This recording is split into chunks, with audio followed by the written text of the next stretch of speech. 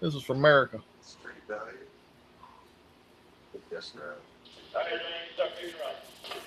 Ladies and gentlemen, welcome to another exciting edition of Ringside Rants. I am just Mike. Beside me, we have Big Dev. Beside him, we have Bad Karma, also known as Josh. Below me, we got Jet, known as Jordan.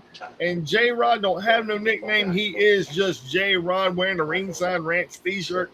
I hate you so much, but thank you so much for wearing it. You're an amazing human.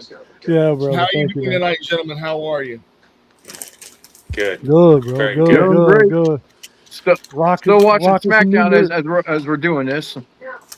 I figured as much. Yeah, Josh's shirt's in reverse because his camera's flipped. Mm-hmm. Yeah, Put it's it in all reverse, good. Terry. Put it in reverse, Terry. It's all good, brother. It's all good. It's all good, man. I will say this, gentlemen. I am excited for us to have a great night tonight. We're going to be talking about Collision, TNA, some news, some SmackDown results whenever Josh gets done watching it. Yep. And And this is the America podcast. It is And it's your early sponsored 4th by of July America. Yes, it celebration. is. Yes, And I was watching. The reason why I'm behind is because I was watching all the fireworks go off around my area. A fireworks spectacular. Yeah. I thought you meant somebody got the bean burrito and had explosive diarrhea next door. it happens. It The happens. fire sauce. That's some fireworks right there. Oh shoot! I got beans to the left of me, and I got beans to the right of me. So There it you is. know what I mean. If you know what I mean, you know what I mean. Crazy No, man, Eddie's. no, Buy man. 3, get 1 free. And I could say that. Yep, you can. Yeah, you can say that. You can say whatever you want. It's a free country. It's America. It's America. America. In, in the legendary words of Cheech and Chong, Steelers. And also, Josh, since I'm not going to be there next week, I had something to remind me of Chicago when I get there again. There it is. Deep dish pizza. Deep dish Chicago chip pizza. All right. And we're going to bust them open and see how they taste, man. Chip review 101. They smell like a bag of chips. I'm so shocked. Good Right. crunch.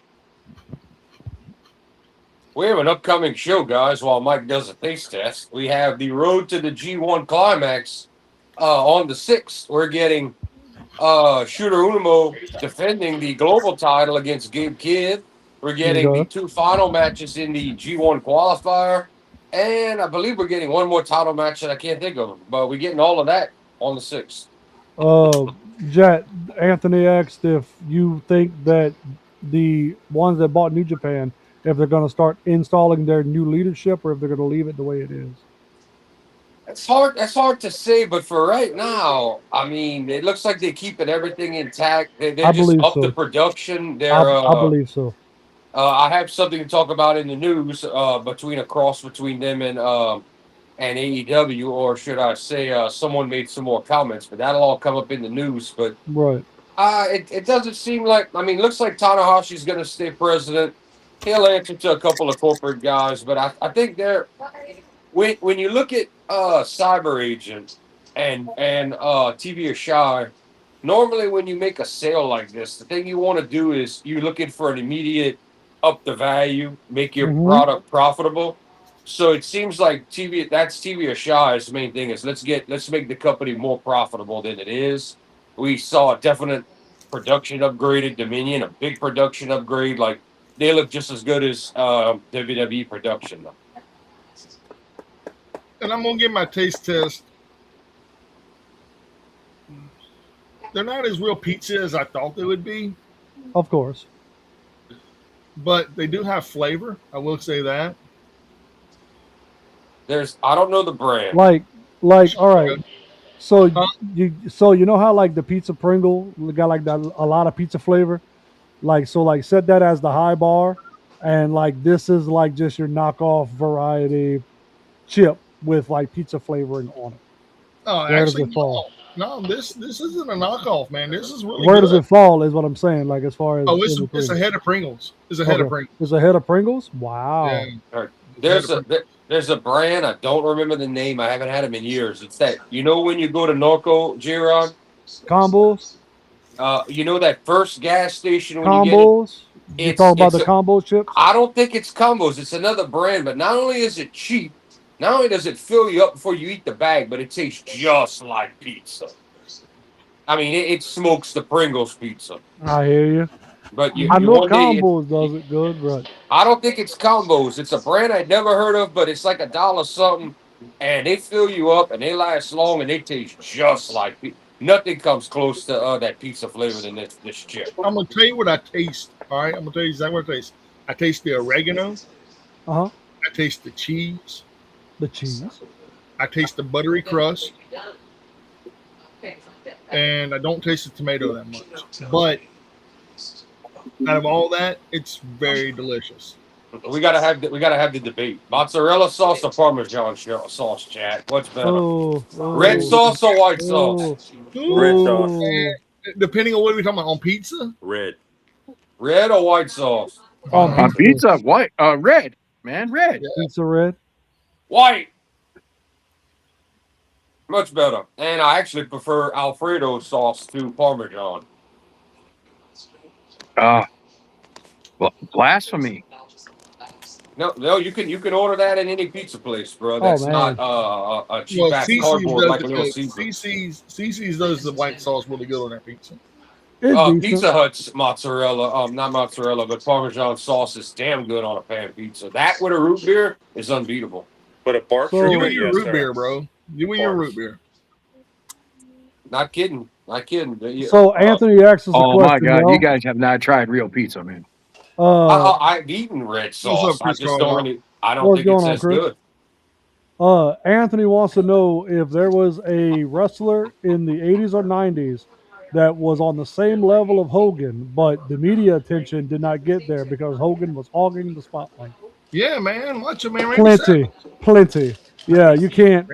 The golden era might have had Hogan as the fucking face, bro. But when it comes to like Rowdy and all them boys, they never really got what they could have got had the big golden goose not have been there. Like it's man, they're shoot. Let me see. You had I could name a bunch. Ricky the Dragon Steamboat, fucking shit. Let me see. Randy Savage, Ricky the Dragon Steamboat. Who else am I thinking of right now? Tito Santana. Tito Santana. Shoot. Funky Talk Man. Corporal Kirshner was really good. Corporal Kirshner was so good. If you're talking about people that got pops like Hogan, but never were considered as big, Junkyard Dog down here got Hogan pops in the Superdome. Yeah, 100. I mean, Ric Flair was the top dog. Dusty Rhodes. None of those guys weren't WWE back in the or WWF back in the 80s. Jerry Lawler. Jerry Lawler was big for Memphis. Yeah, he was. Yeah, Dusty never got his fair shot in WWE. Everywhere else, he was a champ. Except in WWE, he never got a fair shot. The Road Warriors got that pop. The Road Warriors were treated like sliced bread. I'm gonna tell you, Josh, too. There's a match back in the day where Dusty and fucking Superstar Billy Graham got into it in Madison Square Garden. If you ever go find that match, Dusty got his due then. But it was a small window. Yeah, well, he got it. Yeah, the only reason why he won was because of disqualification. It was a small window that Dusty got his props because that was still Dusty coming out in the robe and the whole deal. But when he cut Vince at the knees and went across and stayed there for a while, Vince had that in him, bruh, from jump. So he was just waiting on shit to go down. Dusty come back over and he's gonna make an ass of him. That's just what. That's just what was gonna happen. You know. That's where the polka dots came from. Right. But yeah, when he first came in, they were giving him what he needed for sure. Well, speaking of Dusty, everybody in the chat, I want elbows. Smash that like button as hard as you can. Drop the Dusty Rhodes elbow, baby. There it like, is. share, and subscribe. But just that like Give helps it us the rock out. elbow, like Devin said. He was pulling the elbow pad off and giving the rock's elbow, the people's elbow. Yeah. Or he wants to give a hidden blade like Will Ospreay in modern day. Hidden blade. Big Cat Ernie Ladd was over like Rover down here in the South. I'm gonna just go ahead and let that be known, Anthony. That not Junkyard was something. Junkyard was like your every man's man, so it translated well throughout the South here. But Big Cat Ernie Ladd, I want to say, ain't he from Shreveport or something? He's from Louisiana, ain't he? Mm-hmm. Yep.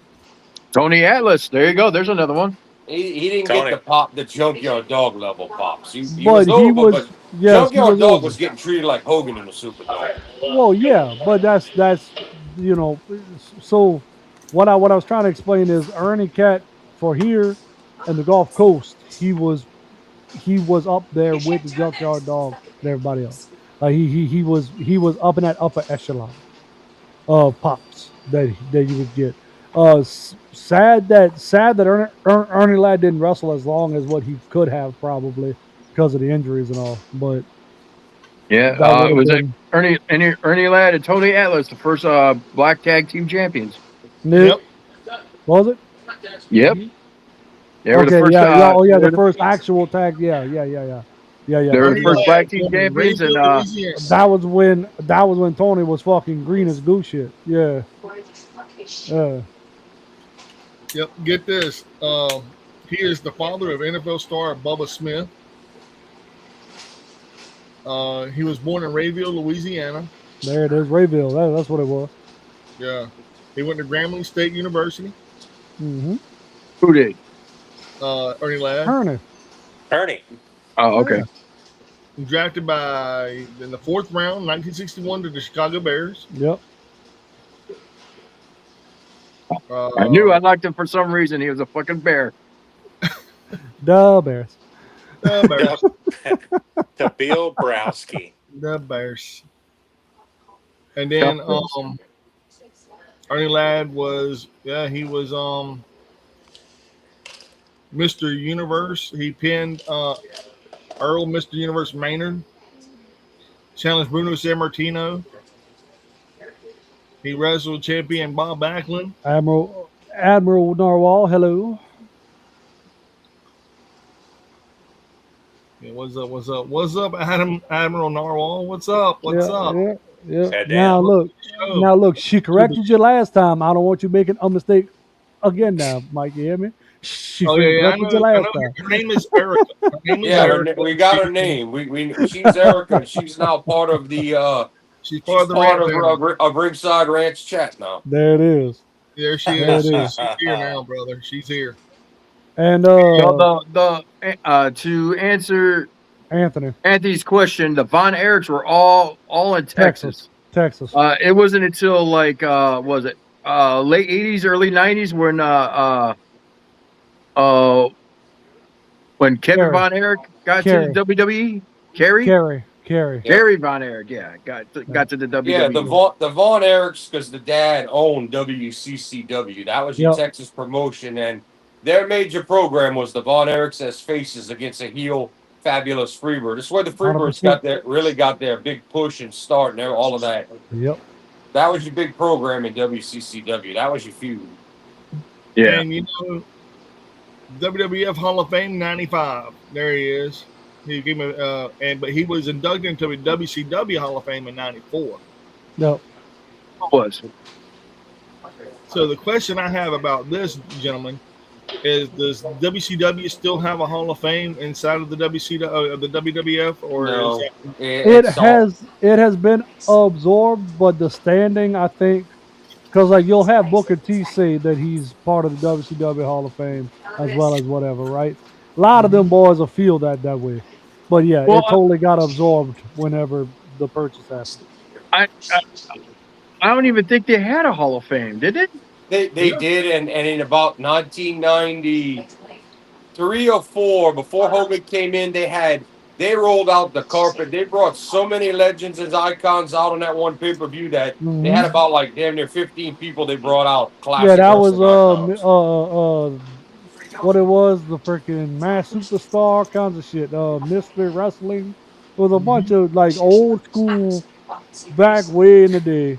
Yeah, they what you freaking put the call shine on Nick everybody. Bockwinkel and people like that. All kind of they like put the shine on everybody. The Crusher, all kind of people came out. But yeah, but I would think they got absorbed into the WWE Hall of Fame and everything because let me see. You got Booker T, you got Lex Luger, you got Sting, Hogan. But that's all WWF induction. Well, WWF acts like they act like WCW's Hall of Fame never existed. Right. So the vision's Somebody still there. turn their TV down. Yeah, we're trying to do a podcast. The vision is still there. So like if you were inducted within WCW, you were inducted within WCW, and it's in the annals as a WCW induction. But all of the, I guess, intellectual stuff, all that got absorbed by the WWE. But just because you're a WCW Hall of Fame doesn't mean you're WWE Hall of Fame. They are still two separate things. Yeah. Country loves your Pink Floyd The Wall thing there. That light is badass. It does all kind of designs. You can set it to go to music. You can program it from your phone. I just have it on a slow crawl right now. All in all, we're just crawl. Yeah, I got my Megadeth one coming. I saw when yours came in. Yeah, I just got to pay for it, but yeah, I got a Megadeth one coming. I actually got a Black Sabbath one. It's in my guest room. Nice. Hey, look, Jordan, your favorite promoter just into the chat. Look at that. It's Tony Khan, bro. Yeah, Triple Khan. We're gonna talk about him when we get to the news because a certain somebody gave him an invite. Sure did. But we'll get to that because we also have to talk SmackDown. Josh, get ready to have a heart attack. Mike says TNA was a good show this week. I didn't say it was a good one. I said it was less than shit. It sucked. Yeah, it sucked less than what had been. Well, when it becomes less than shit, then maybe I'll start watching it again. But otherwise, I'm not going to give it a chance. So I did see a clip in it. You're starting to see dogs touch on shit. The wrestling was there, bro, and the storylines actually started to change. Like you started to have little and they mean something now. Yes, they're starting to piece together on each other's ass. It ain't just all over the place. So, no, I did see the clip with Ryan Nemeth and his retarded brother. I did, and Casey Navarro. Everybody in that, well, Mike's going to talk about it, but everybody in that promo sucked butt, Nick Nemeth. Casey Navarro is being wasted with fucking Nemeth. You know, that's a waste. That's just because Ryan is what he is, and you got to have somebody to go. So you need somebody to run with Nick that can go, and that's why you put Casey with. Yeah, we got the list of Nick Nemeth trying to be like Jericho. Saw it, huh? Jack, this is a question specifically for you. Anthony asks, do you wish Skandar Akbar would have got more respect as a manager? Because we always focus on Bobby the Brain Heenan and Paul Heyman. To me, that guy was never much of anything because at the same time you had the Wizard, you had a bunch of managers at that time. The Golden Boy Arnold Skolin, baby. You had a lot of heavy hitters back then.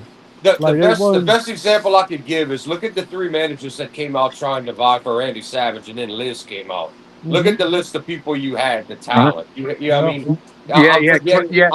I'm forgetting what's his name, but Mr. Fuji, Classy Freddie Blassie, Bobby the Brain Blassie. But yeah, all of those names are higher than Akbar. I'm sorry, dude. And there was one with a guy with a red beard. I can't remember his name. That he managed Bad Bigelow. Man, you talking about the Captain Louis Albano? No, Captain Lou Albano. That's one of them. No, there was a guy with a red beard that managed Bam Bam. Cup of coffee. I can't remember his name right now. Cup of You coffee. talk about WCW days? Larry No, Sharp. it was in He's talking about WWE. He's talking about Larry Sharp. Larry Sharp. Yeah. Yeah. Russia Yurkov is what he was. Mm-hmm. Yeah. Slick. That was another one. Slick, Slick was another one. Yep, there was another manager. Style. I mean, the legendary Paul Bearer, Paul Heyman. No. He's talking about Sir Oliver Humperdinck.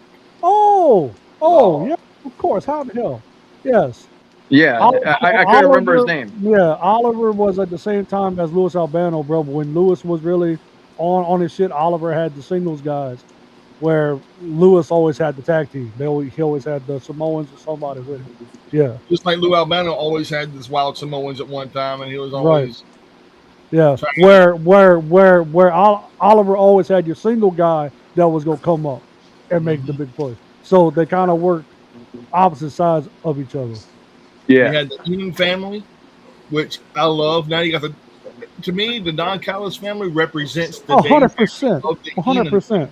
Yes, 100%. I feel like Don Callis is trying to be more like Paulie Dangerously with the Dangerous Alliance, but anyway. How when he calls himself the Don Callis family, as in reverence to Paul. Yeah, Paul.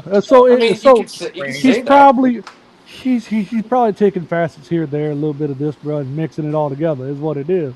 Because that's what he does. That's what he does. Yeah. I mean, he's a legacy, man. He is a living legacy right now. He come a hell of a long way from the Jackal, sweetheart. I'll tell you that much for damn sure.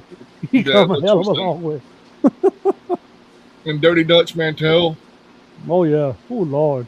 Now I'm not talking about Zeb Coulter, bro, because that was a whole nother thing for Dutch. Character. That was terrible. Yeah, but Dirty Dutch Mantel as a wrestler and when he started managing, bro, he was. When did he start managing? Because I remember him like in the early 2000s, right? So Dutch was always the talent guy for Watts in freaking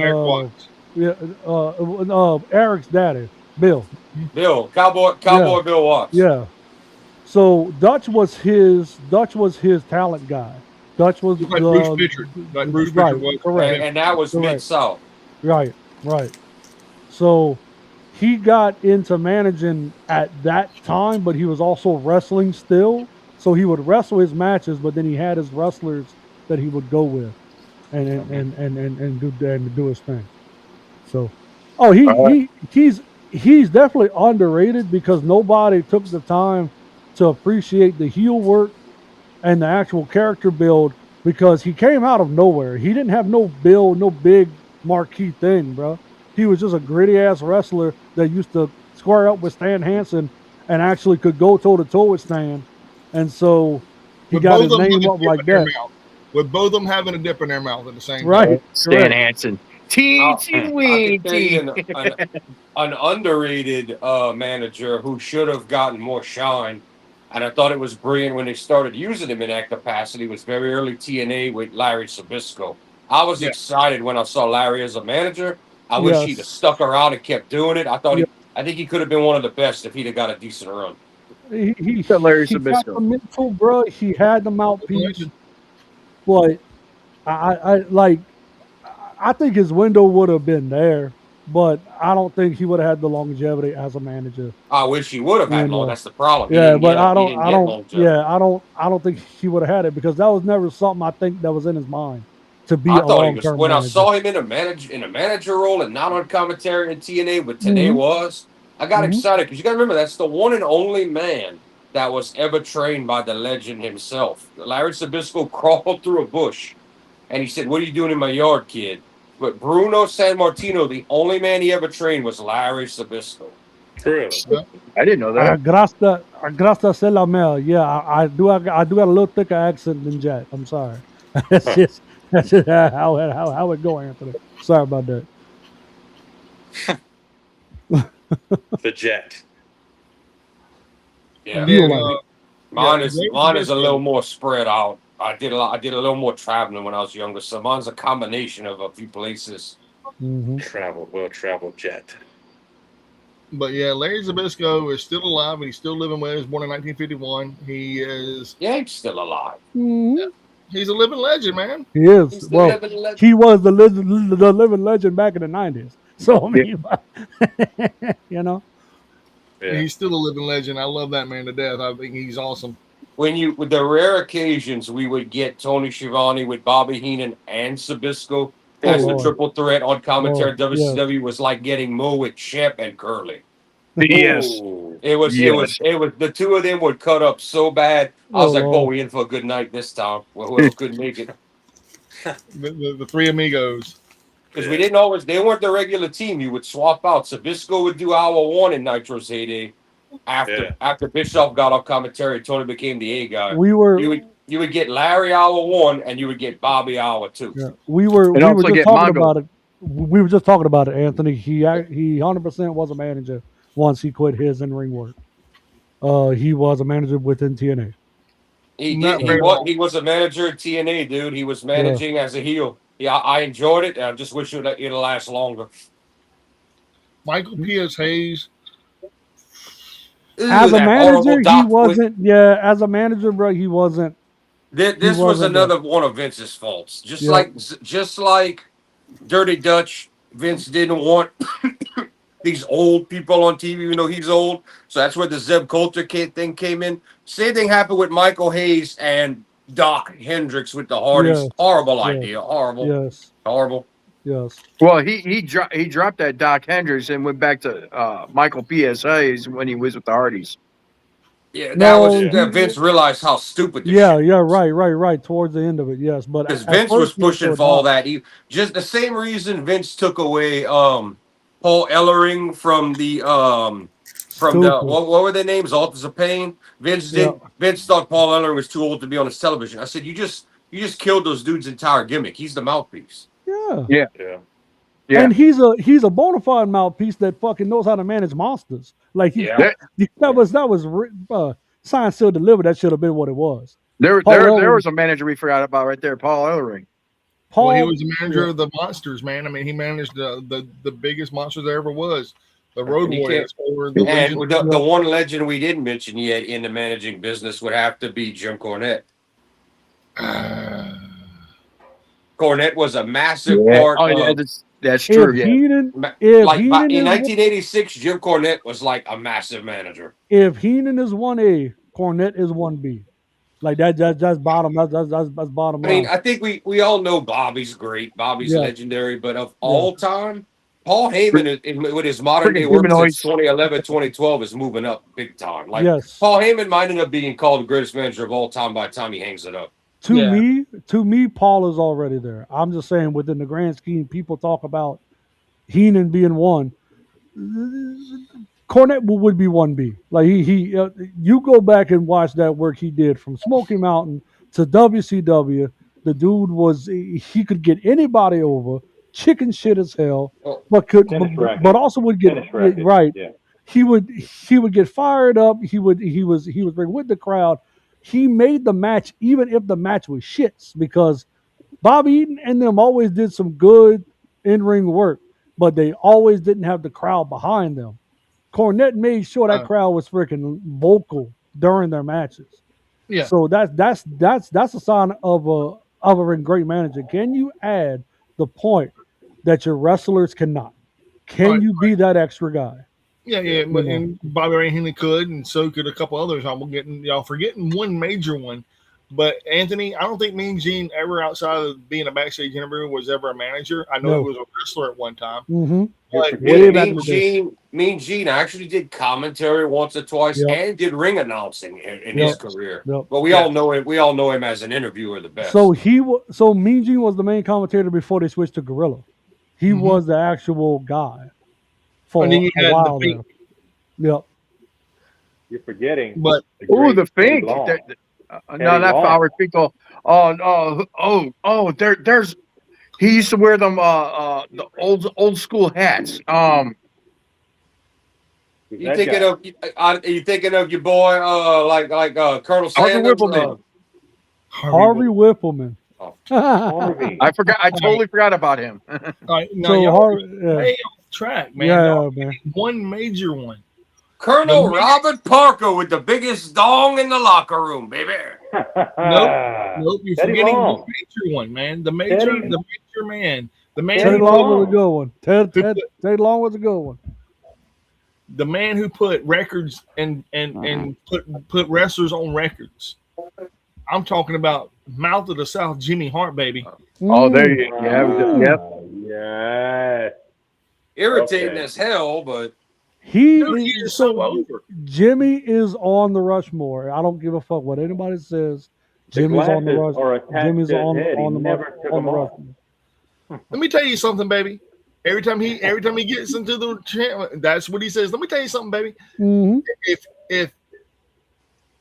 If there was a Mount Rushmore, he would be centerpiece because he wore the shirts, he wore the jackets, he played the music, he did the whole 9 yards. Bring him out. So technically, I mean, Bobby, Jimmy, Cornette, and Paul Heyman. That's it. That's the Mount Rushmore to me. That's it. Yeah, that's your Mount Rushmore. And nowadays, managers aren't even a thing. I mean, now they're having them in the indies, like Mia Yim or Mi Shin and WWE. Yeah. She was an actual valet in Combat Zone Wrestling. She could wrestle, but she was just a manager. Gary Hart, not so much. Gary Hart does not belong on a pedestal. Now, if we're talking about tag team championships for managers, I'm going to be honest. There should be 2 right there.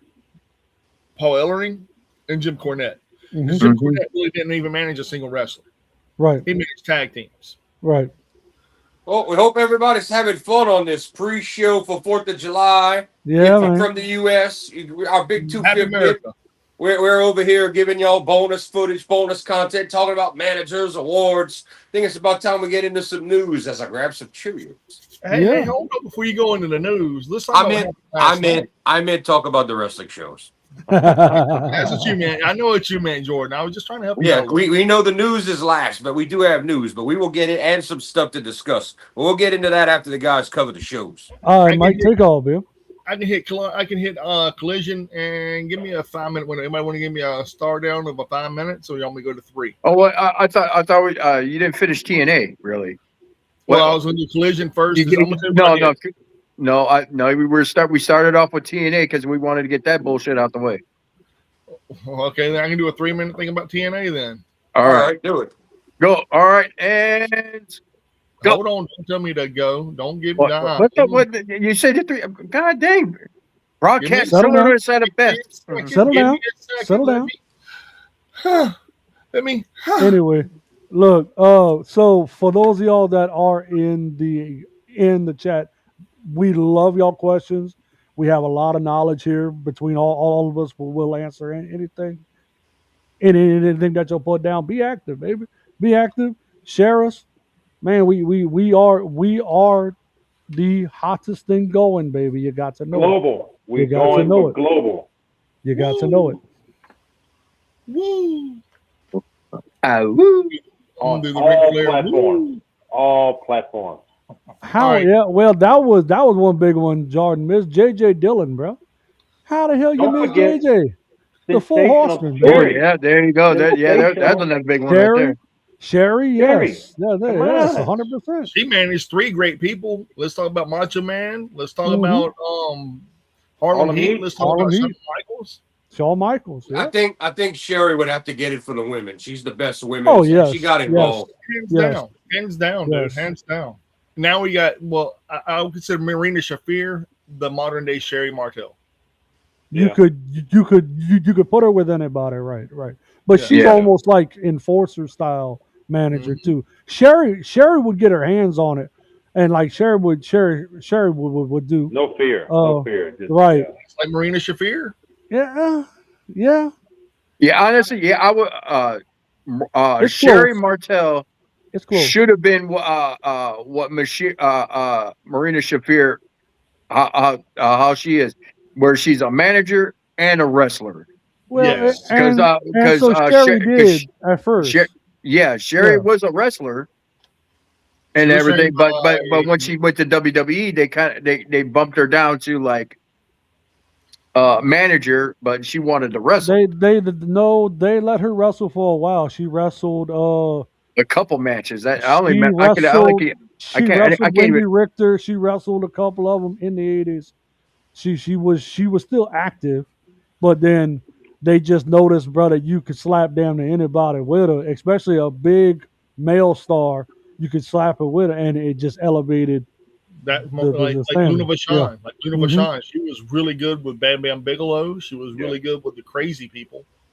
Correct. You know, so I mean, Luna should be for the women as well. Luna, you got Luna, Sherry, Terry Reynolds. Looney. She was Terry Looney. I love her, man. Terry Reynolds. Terry.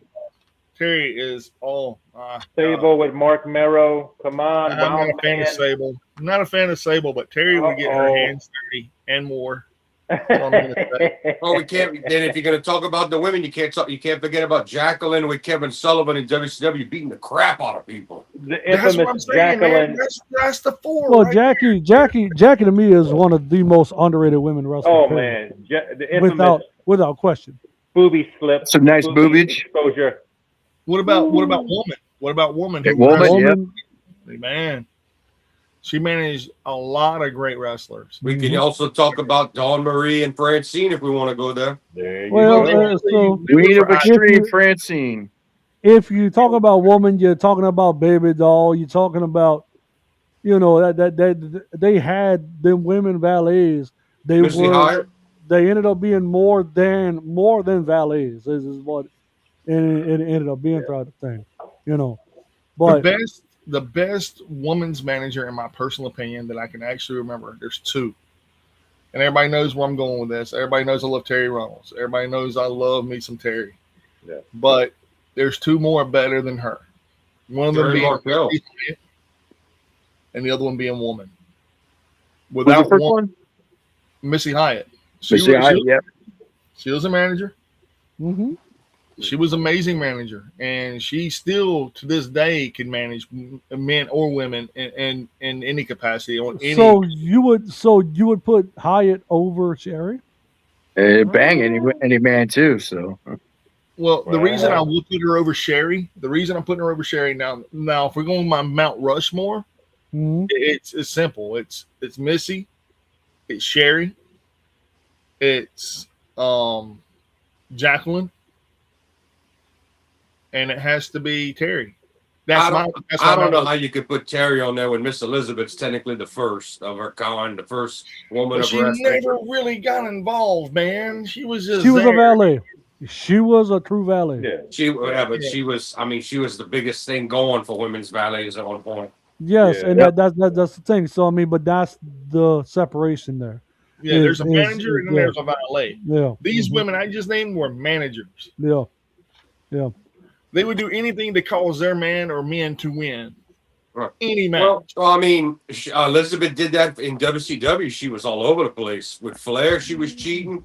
They had the whole thing, the storyline where she had to cut the whole promo on the swing about her breaking up with Savage. And they had a whole storyline about the NWO. She started getting devious with Savage. Okay. You ever heard the story Too Little, Too Late? Yeah. Yeah, definitely. Too Little, Too Late. I enjoyed Miss Elizabeth in WCW. Okay, then do you discredit all her stuff she did in WWF? I don't care. She's better than Terry Reynolds.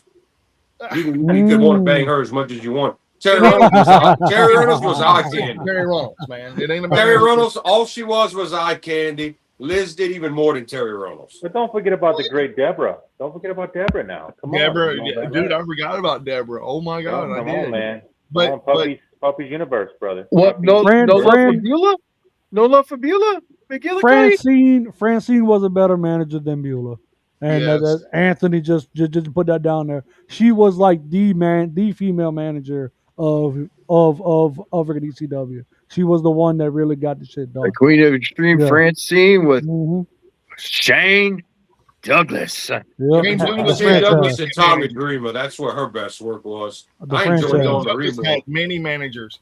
He had some of the best looking women you can ever imagine. He had Lizzie Borden in XPW. He had Queen of Extreme Francine in ECW. Mm-hmm. He had Missy Hyatt in ECW. Yep. He had Missy Hyatt in WCW. Mm-hmm. He had, the dude The dude rocked it. Don Marie at one time.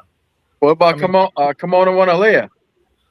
She wasn't a manager for Shane, but I do agree with Kimona. Kimona was a woo. Yeah, and was she stripped atop the ECW arena? You were talking about Shane Douglas. You forgot a very attractive one. Tori Wilson. To answer your thing, Anthony, he does get overlooked because he was only really with the Four Horsemen. He had a couple before the Horsemen, but the Horsemen is what made him, and that's the gimmick he ran forever. So yeah, 80s. he does get looked over because he wasn't as branched out and diverse as some of these other managers with their talent. Carl Parker gets overlooked because of the same reason. Yep. Oh, JJ, you talking about JJ Dunn? Yep. Yeah. Well, he also he managed Vader. Yeah. He managed the Horseman and Vader. That's it. Yeah. Yeah, because remember in the wheel with Halloween Havoc where they did the Wheel of Death and everything. It was I remember Harley Race managed. That was Harley Race, bro. No, he managed Vader because it was Vader versus Cactus Jack, and he fucking stunned Cactus Jack.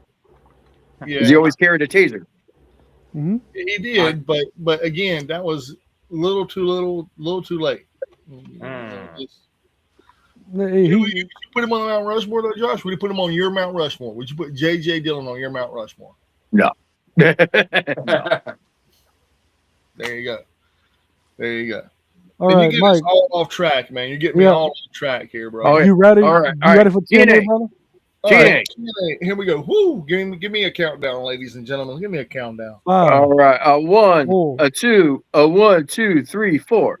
So we start off with Impact, right? And it was supposed to be this new card that was supposed to be having the highlight of the Knockouts TV title or whatever you want to call it. There was 2 matches, Heather by Elegance versus Ali for the Knockout title tournament match. Then you had Mara Sade versus Tasha Steelz for the same thing in the first round. Then you had Leon Slater in the main event versus Eddie Edwards. We'll hear about that later. I'll get into that. Ricky Sosa came out with his Ricky Sosa, bang, bang. I'll get to that in a little bit too. Ryan Nemeth come out, introduce his big brother, Nick Nemeth. Casey Navarro interrupts. Nick Nemeth makes it a match later on in the evening between Casey Navarro versus Ryan Nemeth. Who gives a shit, right? Because I didn't. Then you had a X Division title #1 contenders match. It was a 6-man scrum. You had Mr. Elegance. You had Fabian Eichner. You had BDE, Rich Swann, Jason Hotch, hometown man.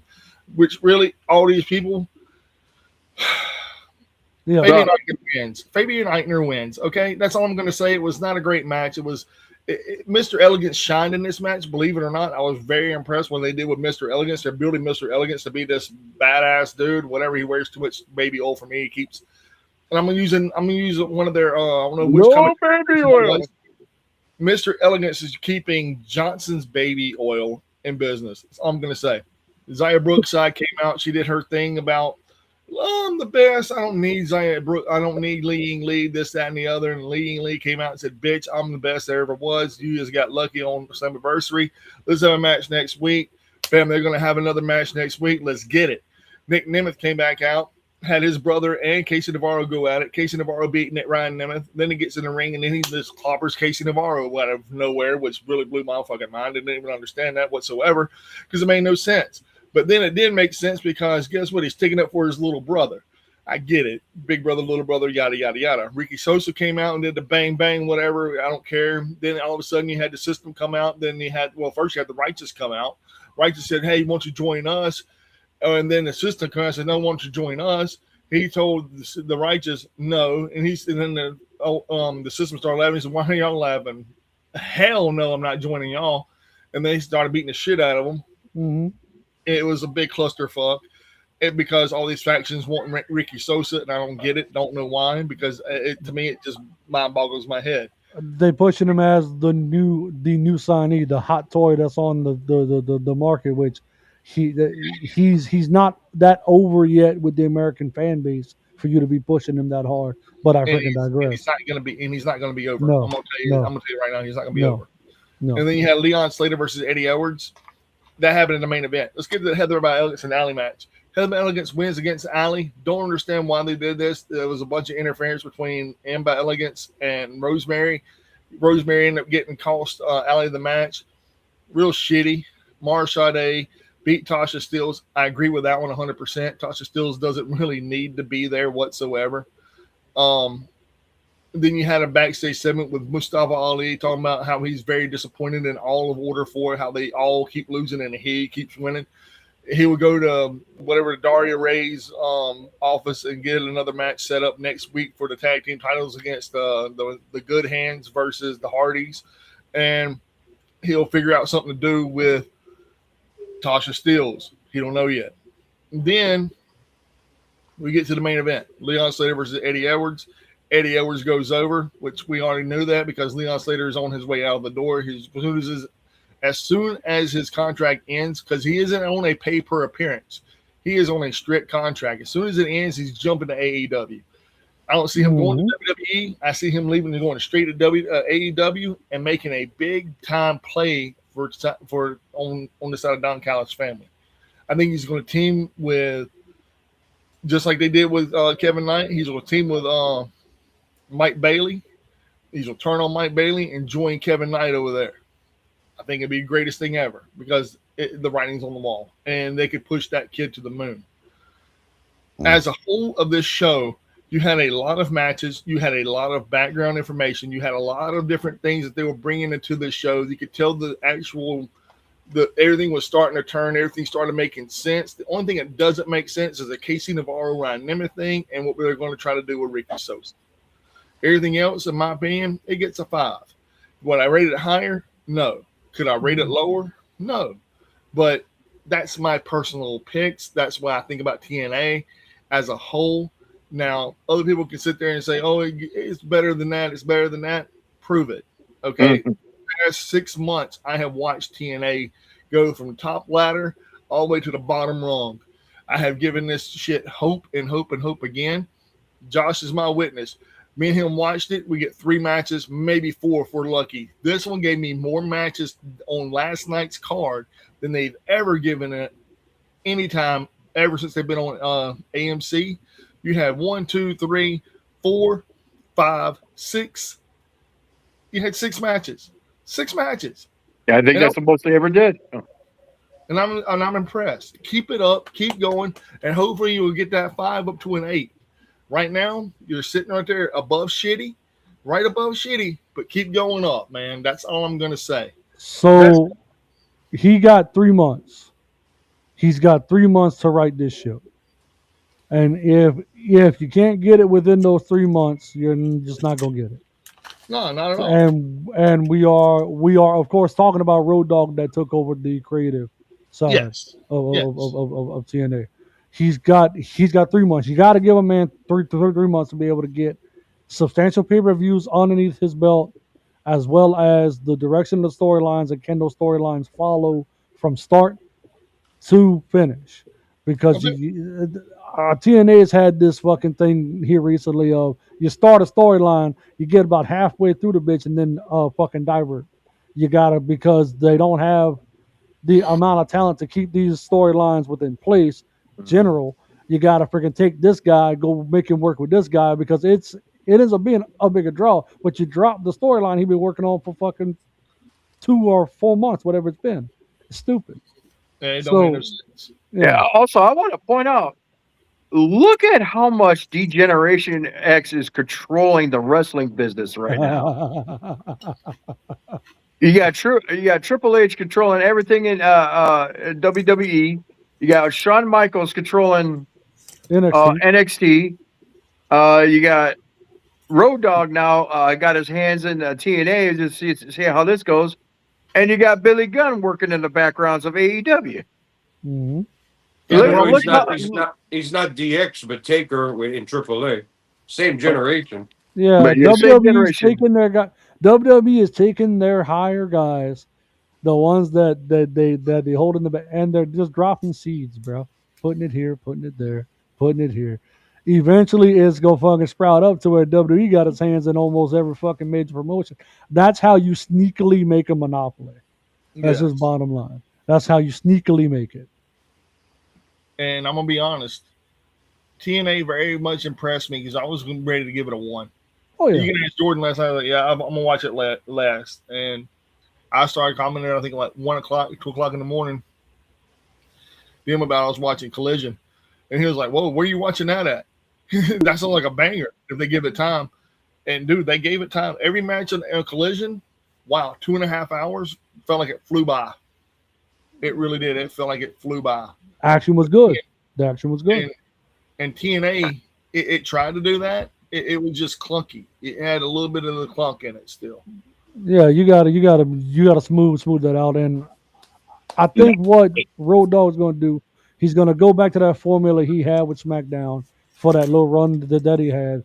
He don't got the same horses, but he's got the formula within place. So if he sticks to that, you're gonna have a step up from the product that was 100%. It's just will it translate with the TNA roster like it did with the WWE roster? That's the only question mark. Well, they got 16 women going against one another in the Knockouts television title tournament. They have some NXT stars there. To me, it looks like they're going to try to give it to an NXT. They better not give that title to an NXT star starting off. They better not, because it's going to lose all kinds of prestige right off the rip. And to me, I think that's what they're going to try to do. Yeah. Well, I mean, WWE's going to try to use them to get their stars over, just like anything else. You know what I mean? Like that's the. I don't want to interrupt, but I don't know how good my reception is going to be right now. It's thunder. I'm having a real bad thunderstorm up here right now, so if I clonk out, yeah. So just want to throw that out there. All right, Mike, you want to roll into Collision, bro? You want me to do it just like I did TNA? Yep, roll it. Holy shit! Yeah. Okay. Now, I want to point out, Collision was really, really good yesterday. Yes. Was really good. Yes. It was very, very well done. It reminded me of Forbidden Door Part 2. Yeah, we got a lot of former New Japan and Stardom talent on the show. It was very good. And ELP showed up. Woo, did he ever, bro? And against Kyle Fletcher, oh my fucking god! Which Kyle is an ex. I will say this through Mike's whole review of all the people that are ex Japan. Yeah. Here we go. Let me get something. It's Jordan's salty take. It's not a salty take. It's the truth. Almost everybody Mike's getting ready to name comes from either Stardom, New Japan, or Dragon Gate. Yeah, Claudio Castagnoli and Pac take on Shingo Takagi and Drew Maloney. Nice. That match was fucking phenomenal. 3 men who wrestled in Japan. All 4 of them did. Claudio did. Mm-hmm. Claudio did too, but he wasn't a New Japan guy. But Pac was Dragon's Gate. The other 2 are New Japan guys. Shingo Takagi and Pac actually wrestled Shingo together. is actually from Dragon's Gate as well. Shingo and Pac know each other very well. Oh yeah. And I just want to point out that Shingo has the best thunder mullet I have ever seen. He's the best living wrestler that's still active. He is the best living wrestler still active. Shingo can wrestle a good match with anybody. Yeah, he has that Japanese top hat. Japanese top hat, yeah. And believe it or not, this match took about 10 to 15 minutes, Josh. Yeah, it would. So they gave it time to breathe. Yeah. They gave it time to breathe. Good. And whenever they sent Shingo Takagi outside the ring, not Shingo, I'm sorry, Drew Maloney, Daniel Garcia attacked him from behind and cheated, and Drew beat his ass, got away from him. Then Marina Shafir interfered, and he got away from her. And then he jumped back in the ring, and dude, it was like House of Torture all over again. That's what it reminded me of, House of Torture, because it was just too much, and they ended up losing. And they held their hands up high, and I was like, "This sucks." Like there's been a lot of comparison of House of Torture and Death Riders. There's been a lot. They're like, "Oh, they're just House of Torture and AEW." There's been a lot of comments about that. Yeah, I mean they don't know what they want to be, man. One week they're face, 1 week they're heel, 1 week they don't even know each other. Well, at least we all hate House of Torture equally. Yeah. 100%. Yeah. 100%, dude. And then the next match on the card was Andrade El Idolo defeating Brian Cage. Now, this match went back and forth where Brian Cage shined like a motherfucker. Brian Cage is a jacked up machine. Mm-hmm. Like I think he eats babies for breakfast. I swear to God. Yeah. That Well, dude is, he's just And he just won like Mr. Nevada, I think it is. yes, Mr. Las yes. Vegas. Or something. That's what I'm saying. He just come back from a bodybuilding competition, so Yeah, and he was wearing it around his neck too. Like, Yeah, I'm the man. shit. Like, Yeah, yeah, no. we know. yeah. Yeah, we know. And it was very, very well done. I was blown away about how they did this. And Andrade, after he beats Brian Cage, he goes, "I got one question, Don." Dev, say this. How do you know? And threw the mic at him. That's gotten so over, man. It's great because it's catchy and it works. It does. For Andre, the push is there and it's needed because the man is giving you good work and he's delivering. Yeah. Andrade is solid. I was happy about him getting the storyline in Forbidden Door. I was telling Mike, I'm glad they're continuing the story on Dynamite and Collision. That's one of the highlights for AEW for me. And of course, Andrade, legendary CMLL and 2 New Japan runs. Man was just a global champion a couple weeks ago. So, quick ass sidebar. Anthony wants to know if we're gonna get Andre's faction back within AEW possibly. We talked about that. We talked about that Wednesday. And what young talent would you put with him in order to make that work? He don't need no young talent, man. I don't. Yeah, I would. I don't think. Well, I don't think they put him making that unless they spin him back heel. So this would be after the push, right? And then you could spin that back around. You could bring in some freaking New Japan guys. You could bring in some people to work it, but it would have to be him as a heel to bring back the faction. That's how I see it. I think he could flip Roosh. I really do think he could flip Roosh, make him a face. I really do. I don't. Los Ingobernables does not have to be a heel faction. They're always tweeners. They could get over as faces. They would have to be very smart, but they would have to pick. They would have to a stunning Steve Austin situation. You'd need a young star you want to build to give them that rub from all of these guys, and maybe it'd be somebody from CMLL. Somebody Here's a teaser for you, Mike. Your favorite from CMLL would fit good in that role. Your guy. Oh man, what you say, bro? What you say? Can't think of his. Is it old, Valente? Is it Valente? It ain't Valente. It's the kid that does the gimmick just like Andrade does. If you put him as the up and comer in that group, in a Spanish group.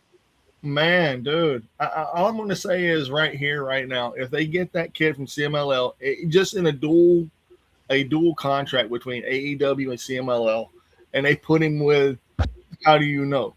And that's gonna sell merch. It's gonna sell tickets. It's gonna put asses in seats. That man has the swag. And he has a mask. The motherfucker wears a mask. And he goes out and kisses women he gets women to kiss him on the cheek. Even had men kiss him on the cheek. Me and Jordan, it is the only. I don't think it's Volador Jr. No. I forget his name, man. But whenever I see him, I'm like, that's the motherfucker right there. Not Templario, not him. It is Templario. Templario. All right, Templario Jr. Well, yeah, but he is, man. That dude oozes charisma and future champ for CMLL. Dude, machismo. Dude, he is Eddie Guerrero as a junior. Yeah. With a mask on, and he can go from the gimmick. He can go from the gimmick of sitting on the women's laps and get him to kiss him, till you start getting the better of him out in the ring, and he's on the floor. No. He's a chicken shit. He's great. He is amazing. He is amazing. I told Jordan, I said, that's my guy. And Jordan's like, entertaining we'll see. Entertaining as fuck. And then Then his light switch clicked. He's like, I like that guy. I was like, dude, that is my guy right there. That is my pick. If AEW could get him, sign still delivered, brother. Sign still delivered. Yeah. He would make money. I would have a feeling that Tony Khan's going to put who he wants, and it might be a Wheeler Yuta situation where we get nothing out of nothing, like they did him bad in the Death Riders. Yeah, I just Wheeler, man. We get stuff out of Wheeler. Yeah, I don't. Well, I just don't see it yet. I like him. He's for another guy at New Japan trained, but they didn't. He was supposed to be the breakout young guy of Moxley's. What it was? Blackpool Combat Club. Yes, It was Bryan Danielson, Claudio, and Pac. Yeah. Oh no, you didn't have Pac at the time. You had Wheeler Yuta, you had Mox, and you didn't have Claudio yet. Who else?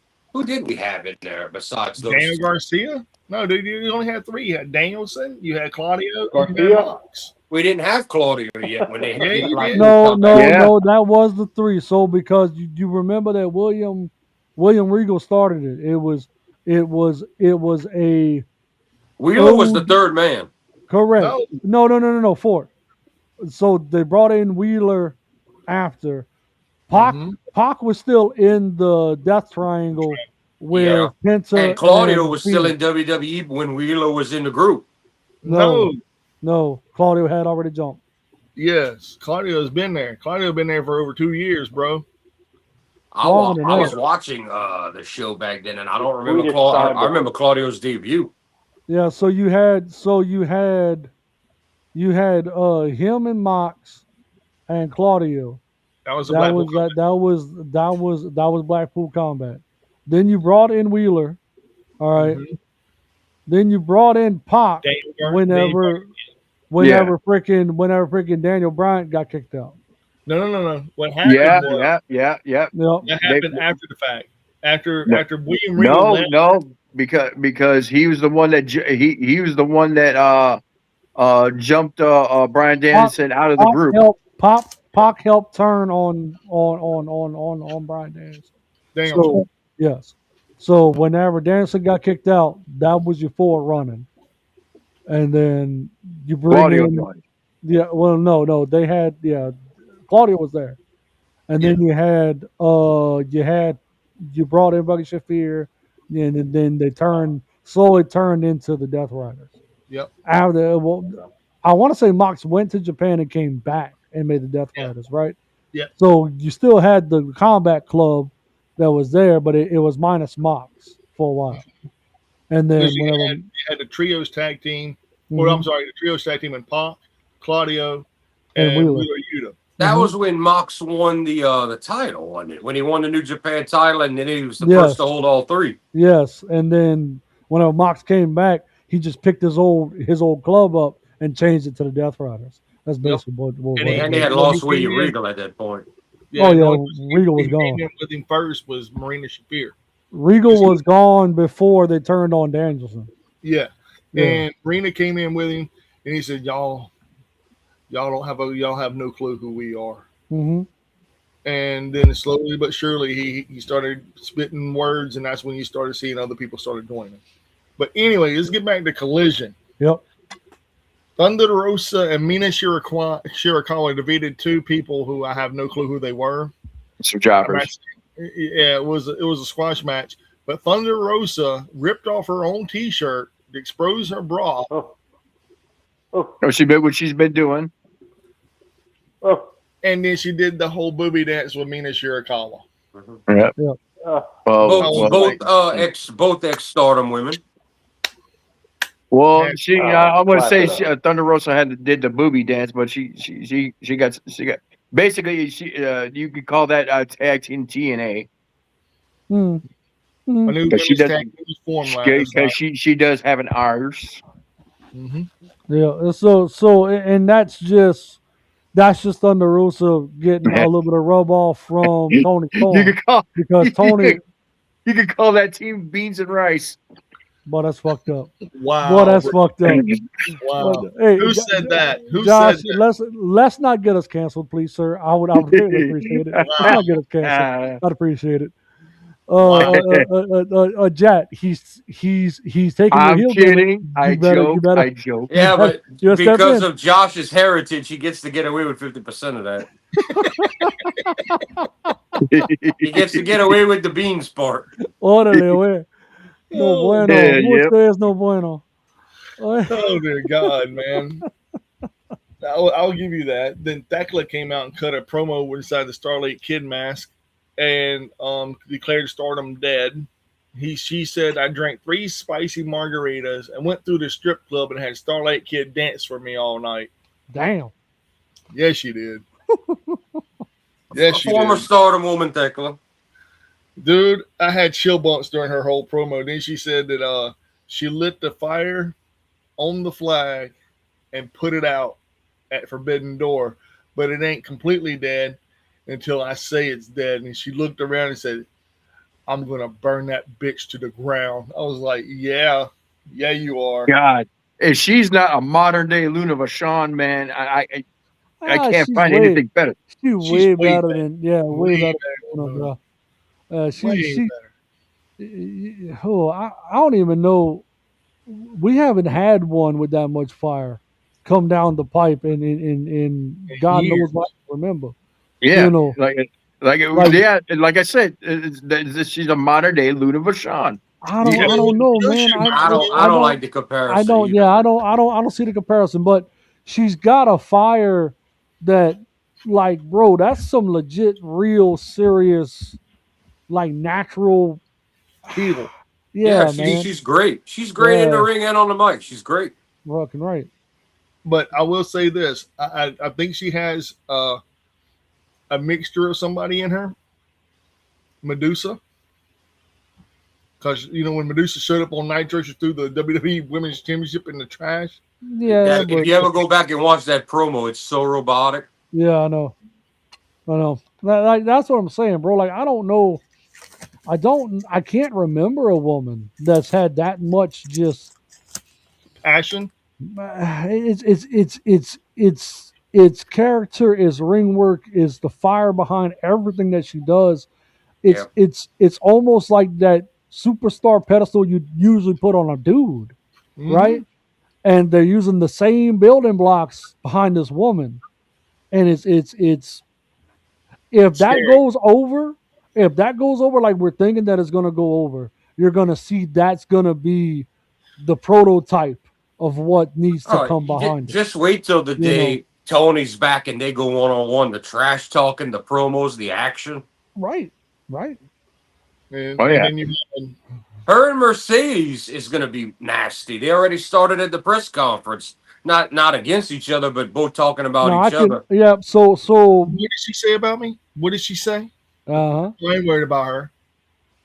So Mercedes is the one that can keep up with her on the mic, probably even more so than her on the mic.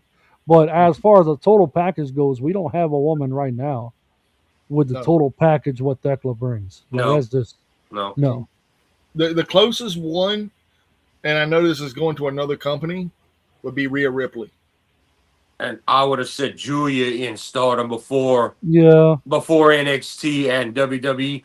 Thekla's like a mini Julia in a way, but now she's starting to outshine her. Right. Once again, you got Rhea. Stephanie McCoy as well. Yes. So Stephanie, once again, it's like niches. Like, Stephanie's really good in the ring, and her in-ring work is what makes her shine. Rhea is a character, bigger than life muscle mommy, that can actually go. So she is the more polished, like, ring work, character work, but she don't have the fire. She don't have that damn. She did. She did when she first got into the whole. When they needed to turn it on, but it's not just a natural thing. It's just like, this is what we need you to do. Go do it, type shit. Stephanie has the fire. She's just working on her English. Oh well. Excuse me. Tam says that she is the total package, and that Thekla can't hold a candle to it. So Monica is the total package. Josh, is that true? What is it now? Monica's claiming she's the total package. She say that thumbs up. That's all she say that Thekla can't lace her boots, bro. I don't think he's going to screw it up in her contract if she goes to WWE. I don't see Thekla going to WWE. I really don't. No. Man. I don't think I see Tony paying her exuberant amounts of money for forever. Mhm. Yeah. Why would you want to lose a top woman like that? Yeah, Tekla going to WWE. That man, they would water her down so much. You would have to close the company down before Tony Khan lets her off. Yeah. A feud between Storm and Tekla will feed the streets eventually. It's gonna happen eventually. We just talked about wasn't it Primera y'all talking about with the kissing on the cheek and all that? Who y'all talking about? No. Anthony's mentioning another female talent. Oh, okay. Stephanie, that's Stephanie McClure. He's talking about La Primera. Oh, okay. But Stephanie McClure, like Josh said, like J Rod said, though, she has got her niche, but she doesn't have all three. Right. Thekla has it all. Yes. It's like, and everybody's like, Julia Hart's running the NXT. Good. She don't need to be in AEW. She's not as great as everybody thinks she is. She's not. I think Julia Hart is going to roll out. That they're saying that backstage AEW is under the impression she's going to roll out. Just like whenever they lost Big Bill or Big Kaz, whatever. That's coming up in that will be in the news later. I have official statements on that. They're going back. Yeah, I know. I know how it's going back. I have that in the news later after Mike finishes covering Collision. Yeah, but Collision, man, I mean, it had 3 really, really good squash matches. I'm gonna go with the second one with Roosh. Roosh came out and destroyed a poor kid in under 2 minutes. Oh, poor kid. Poor kid. I felt bad for him. I really did. I mean, Roosh needs to be pushed. He's former CMLL, former New Japan guy. I mean, crossover. Ring of Honor World Heavyweight Champion. Yeah, Ring of Honor. I mean, Roosh is great. We all know Roosh is great in the ring. Yeah. I mean, he's fucking fantastic. Anthony, I agree. I think she's going to be the next up and comer to have that fire women's spot. I think for Stephanie is going to be that up. I think once she gets all the pieces together, she could talk, she could fight. I think she's going to be that next woman with attitude. Yes. Yes. And what Roosh and Andrade, what they both need, they need a mouthpiece. They so much need a mouthpiece. But let's say they get one. Who can we get in AEW, or who would you get to do that? Because that'd be great to offset Don Callis. Don Callis would have an enemy. Yeah, that's if Tony. I could see it'd be a dual package if he could get both of them. Zelina Vega. Ooh. As a female, going back and being the manager of Andrade and Roosh. That would be interesting, but she blew off. Let me think how the story goes. They were in talks with her, and she blew off Tony Khan and quit answering to go back to WWE. So I don't know. Right. That was years ago. That was quite a few years ago. That was when quite a few years ago. Well, there's a reason behind that because Tony wanted her, but she didn't want to leave her husband behind. So she re-signed the contract. But when she re-signed it, they fired her husband. They got rid of both of them in 6 months. Yeah. WWE.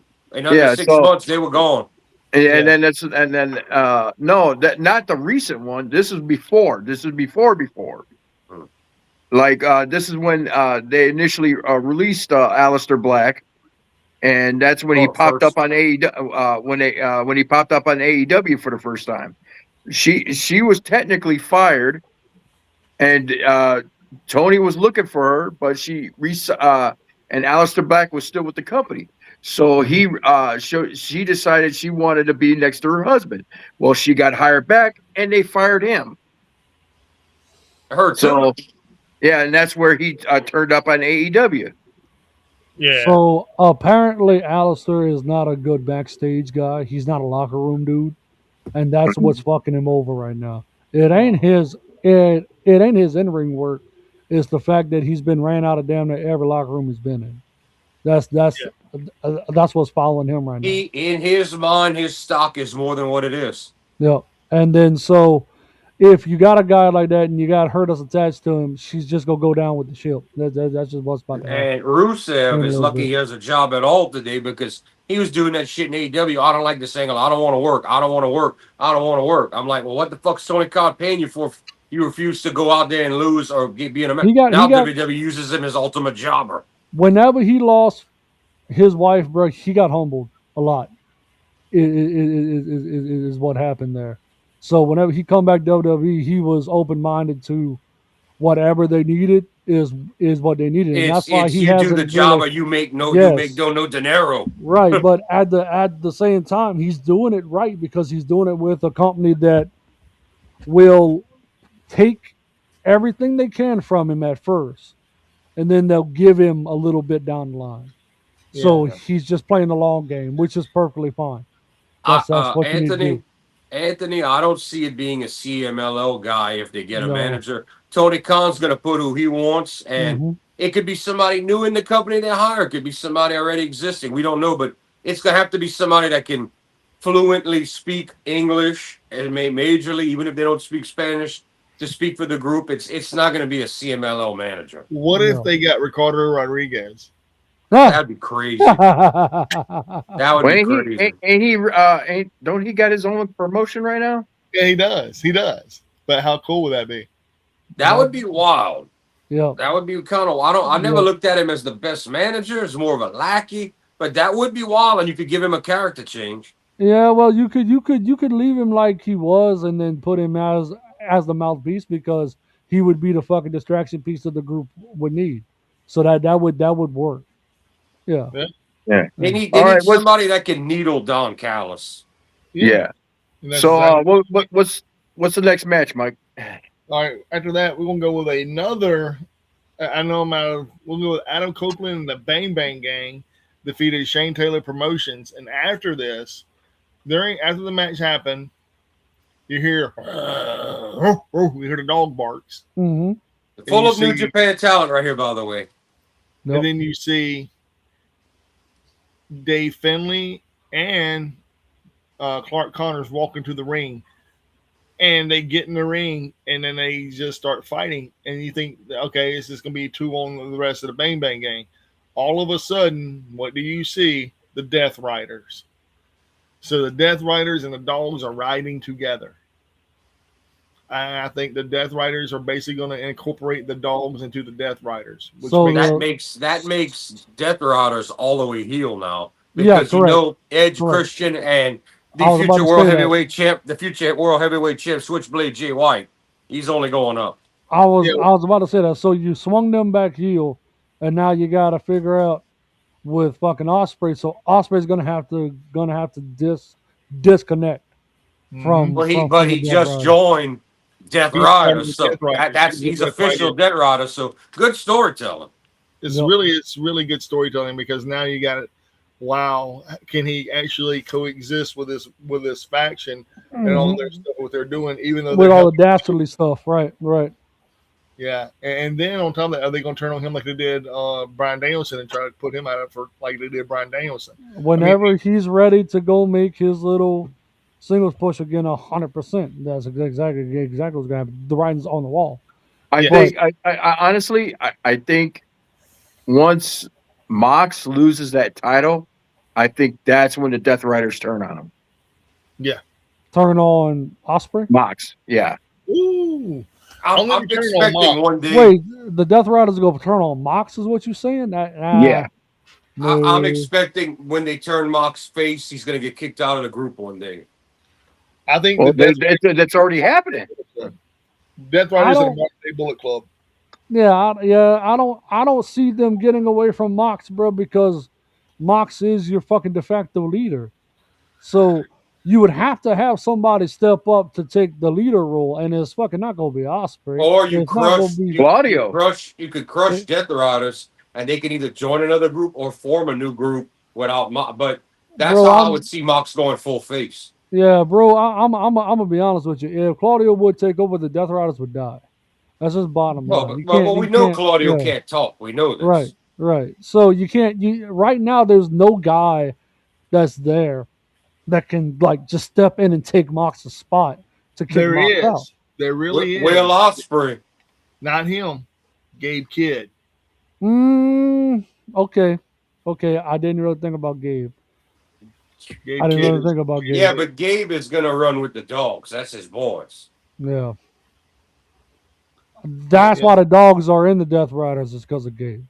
So let's say Gabe is the loose cannon that does it, right? What? Where do you go after, bro? Because without Mox, man, it ain't the Death Rider. They're all going to be heels, and Mox's going to be the baby face. But this is all going to be a long ways away because I see 2 or 3 Gabe years. Kidd is in the G1. Right. No, I see that happening after all in. Oh, that's close, Man, bro. I know. I mean that's serious. Once he loses that title, that's No, because Mox has been titleless and ran the ship before for a while. Remember he was titleless after he lost it all in last year. Yeah. He's aiming out of age. He is the figurehead of freaking Death Rider. So you have to build somebody up that's bigger and badder to take his spot. That's the only way the Death Rider survive. If you can't, you're not going to call it the Death Riders without Mox because the Death Rider is his finishing move. Yes, New correct. Japan gave him the name. It would take a Hangman Page to come in and run there or some bullshit like that, or they join the dogs and they just go heel. That would be a swerve for Hangman to come in and boot Mox out. That'd be a hell of a swerve. Well, you need who's a big guy that's not around that would make you're not getting Adam Cole back. Like I said, I can see where Mike's coming from with Gabe Kidd because Gabe Kidd is the loose cannon that could fucking do it. However, I don't know if Gabe Kidd got the real personality to fill the void. Is the thing. He got some, but I don't think he's at that level. I think we get a Gabe Kidd versus David Finlay before that for the dogs. Yeah, I hear you. I think we get a Gabe Kidd versus Jay White. Oh yeah, that's gonna be close. That could be interesting because you got to remember that all of the War Dogs, the ones that came over from the last Bullet Club, were not brought in by Jay White. That was David Finlay's Bullet Club. So Clark Connors and Gabe Kidd. That's not Jay White's guys. So that could be interesting. I would love to see a Gabe Kidd versus Jay White match. Oh yeah, I'm here for that, dude. Here, definitely. It's gonna be coming. That's gonna be coming soon. Yeah, I think I think All In you get. I think at Redemption you're gonna get Jay White versus Gabe Kidd. I don't think they're gonna pull that yet. I think they need to work on Bill and Jay and get him. They need to build him for a future title after Ospreay and Fletcher. They gonna work Jay White in. It's gonna be a slow build. It ain't gonna be just jettisoning to the top. It's gonna be slowly working him back. He's got to take care of David Finlay first. Yeah, he's got to take care of the Finlay. Yeah, that is over 3 years in the making, and they never got it on for him kicking him after he got put out of Japan. That we've been waiting on this for some time now. That has to happen. That'll probably be his first major storyline. Yeah, and he needs to beat David Finlay. Yeah, and maybe they might do. I'm thinking we might get a blood and guts maybe with these teams or with these guys, some kind of cage match blow off, but. Dude, I love that death's door. I'm digging that death's door ring. They might break. I don't know if they'll use that for the blood and guts because isn't that the 2 rings? Yeah, blood and guts. Blood and guts has 2 rings, just like War Games. But I think that's coming after All In. Dude, that death's door though is sick. I love. Yeah, I love it. I love that. All right, Mike. What's the next match? All right, we're moving forward. Okay. Yes. All right. Well, here we go. The Demand defeated another. It was a squash match. This match didn't last long at all. They defeated 3 kids, and then they wanted Skyflight. That's what they want. They want to face Skyflight because Matt Sydal showed up and joined Skyflight, and that pissed off Ricochet because Ricochet wanted him to join the Demand. And another New Japan guy. Interesting. So Matt Sydal joined up with Christopher Daniels. I forgot about Ricochet. Ricochet could fill that void we were talking about with Idolo. Ricochet could do it. Yeah, but yes, only if it's a heel thing, though, man. Only if it's a heel thing. Because right now, Ricochet is doing that heel thing so good. Yeah, and that's what I'm saying. Like, I just feel like that would have to be a heel faction. That's just how I'm feeling with it. Yeah, it had to be a heel faction. Yeah, and I'm sorry I'm not giving the three guys any love. The squash matches, I'm gonna tell you why I'm not giving them any love, because they're better wrestling on the indies. Yeah, I realize when they do squash matches, they pick local talent.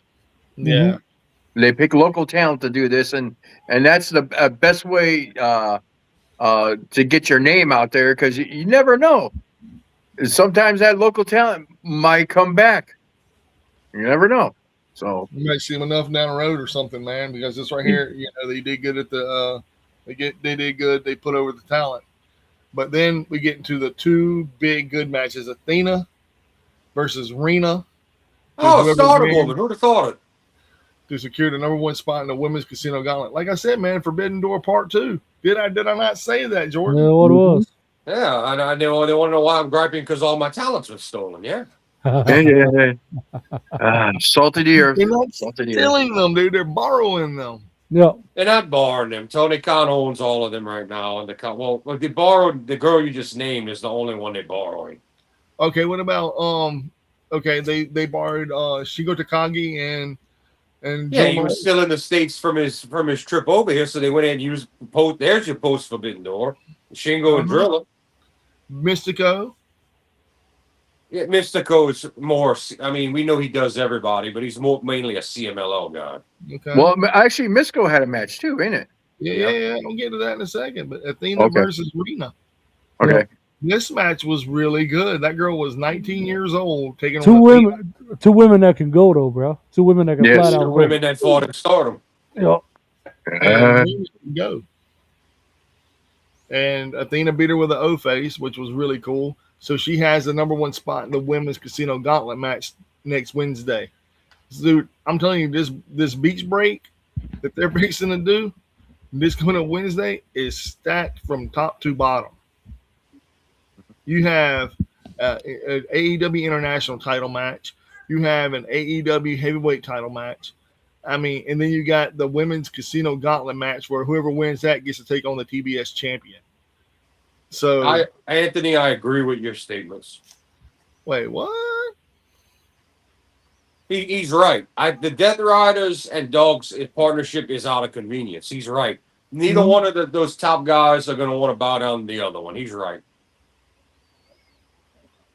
Oh yeah, that's what I'm saying. They have Gabe Kidd take over from everybody, and that ain't gonna be a David Finlay at all. It's gonna be. I don't. Between his ego and the way Mox rides, and then you've got Ospreay in that group. Then on the other side, you've got Finlay and Jay White and all this. But that's a lot. That's too much volatile right there, bro. That's like a big firestorm.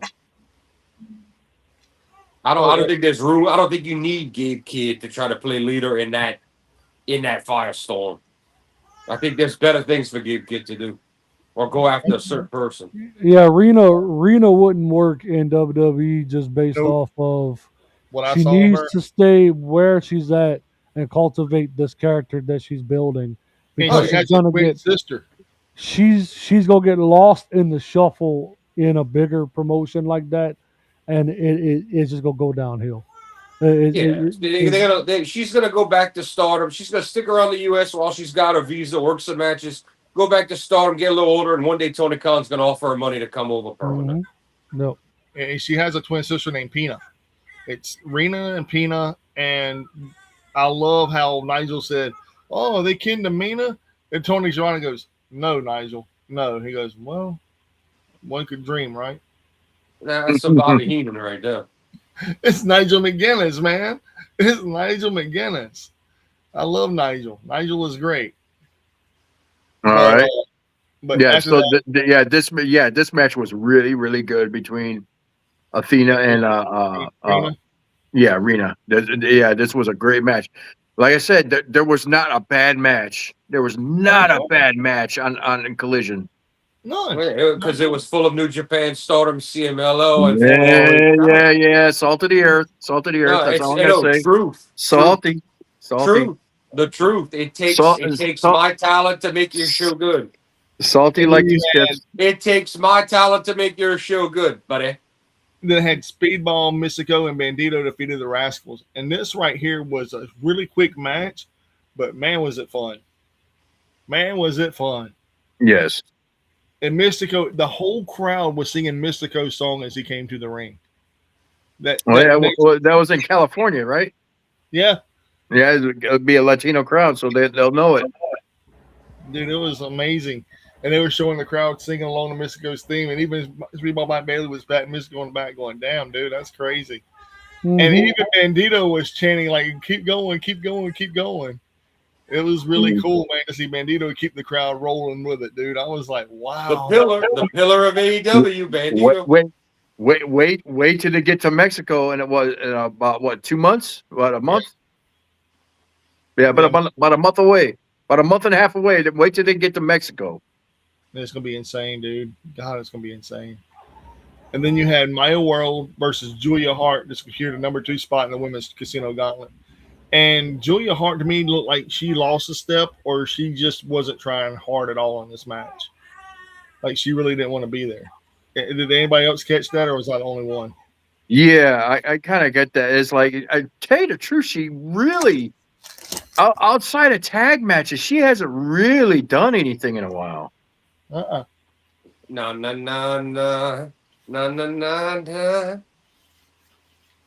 It ain't a big get. I mean, I hate to say this, if WWE's going after her, it's not a big get. Maybe they train her from scratch and down at NXT, but if she's wrestling like she's on autopilot, that means either A, Tony Khan has nothing for her, or B, they know she's going. And dude, I'm gonna be honest with you, even though she was a former TBS champion, that was when they didn't have nobody. She was a transitional champion.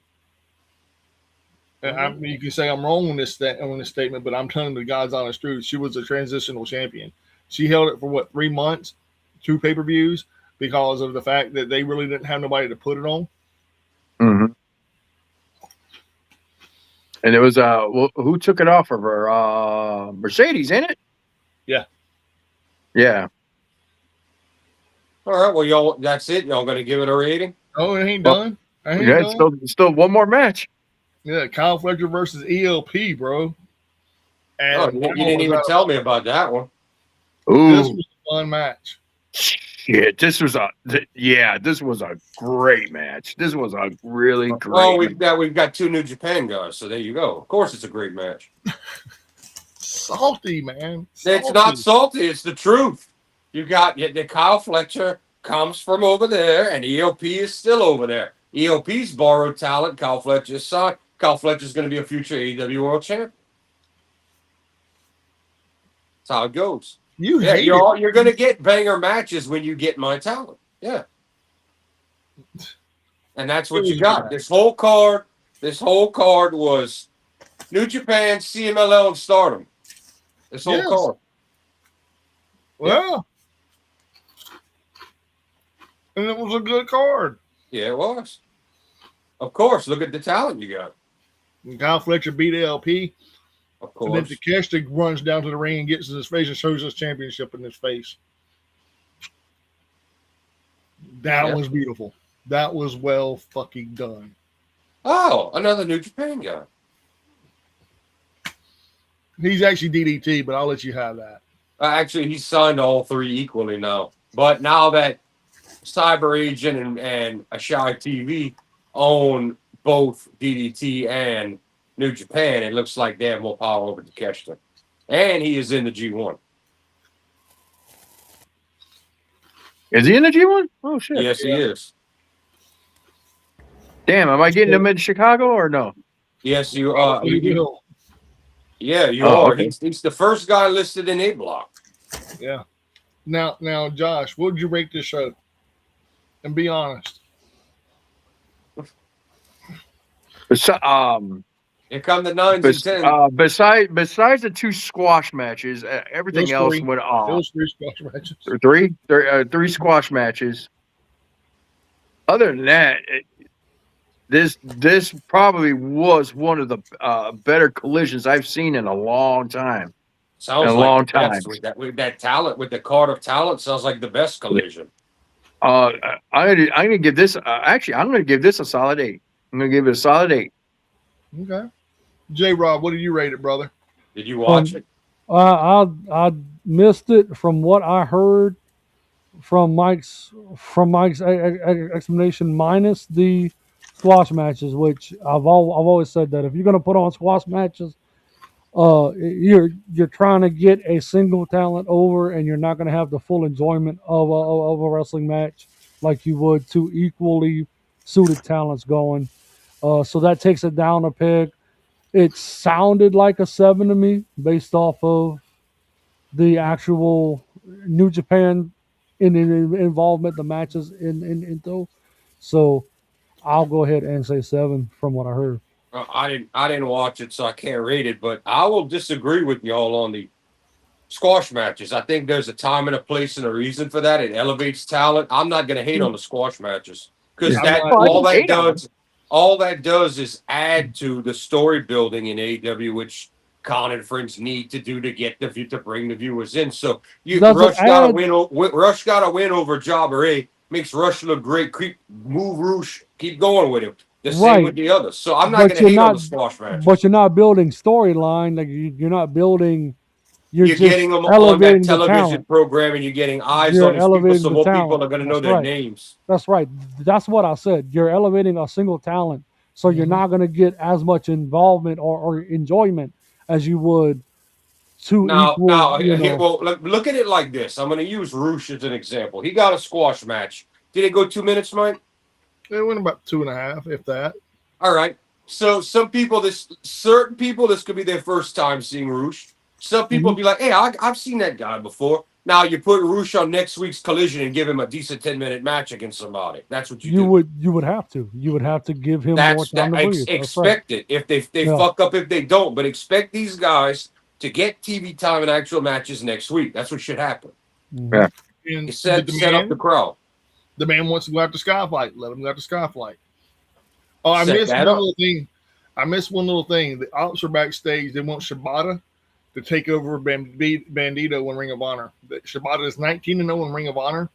They want him to be 20-0 against Bandito next week on Collision.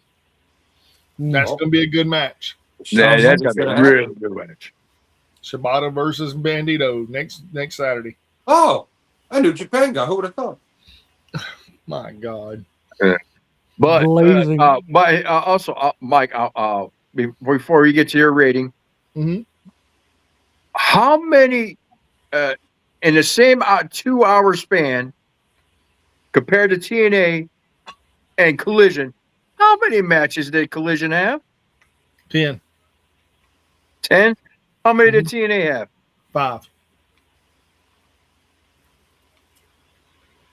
And we got promos too and backstage segments. Yes. And AEW was still able to pull 10 matches off. That's why I bring up the squash matches.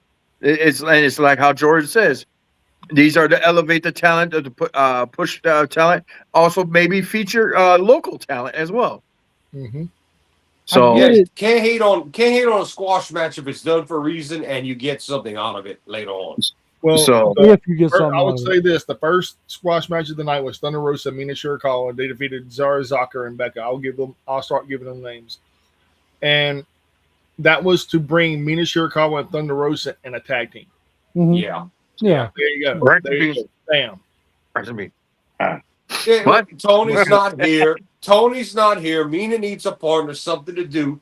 Thunder Rosa's kind of not all the way back in her groove after injury. They being careful with her. Put them in a team. Let them have fun. International fun right there. Well, Tony and Thunder Rosa has history. Thunder Rosa's like under Tony's tree kind of thing, bro. Like they are under tits. They are a lot of the same, So if you're gonna run with that gimmick of Tony and Mina, that was the only person that would keep the shit level.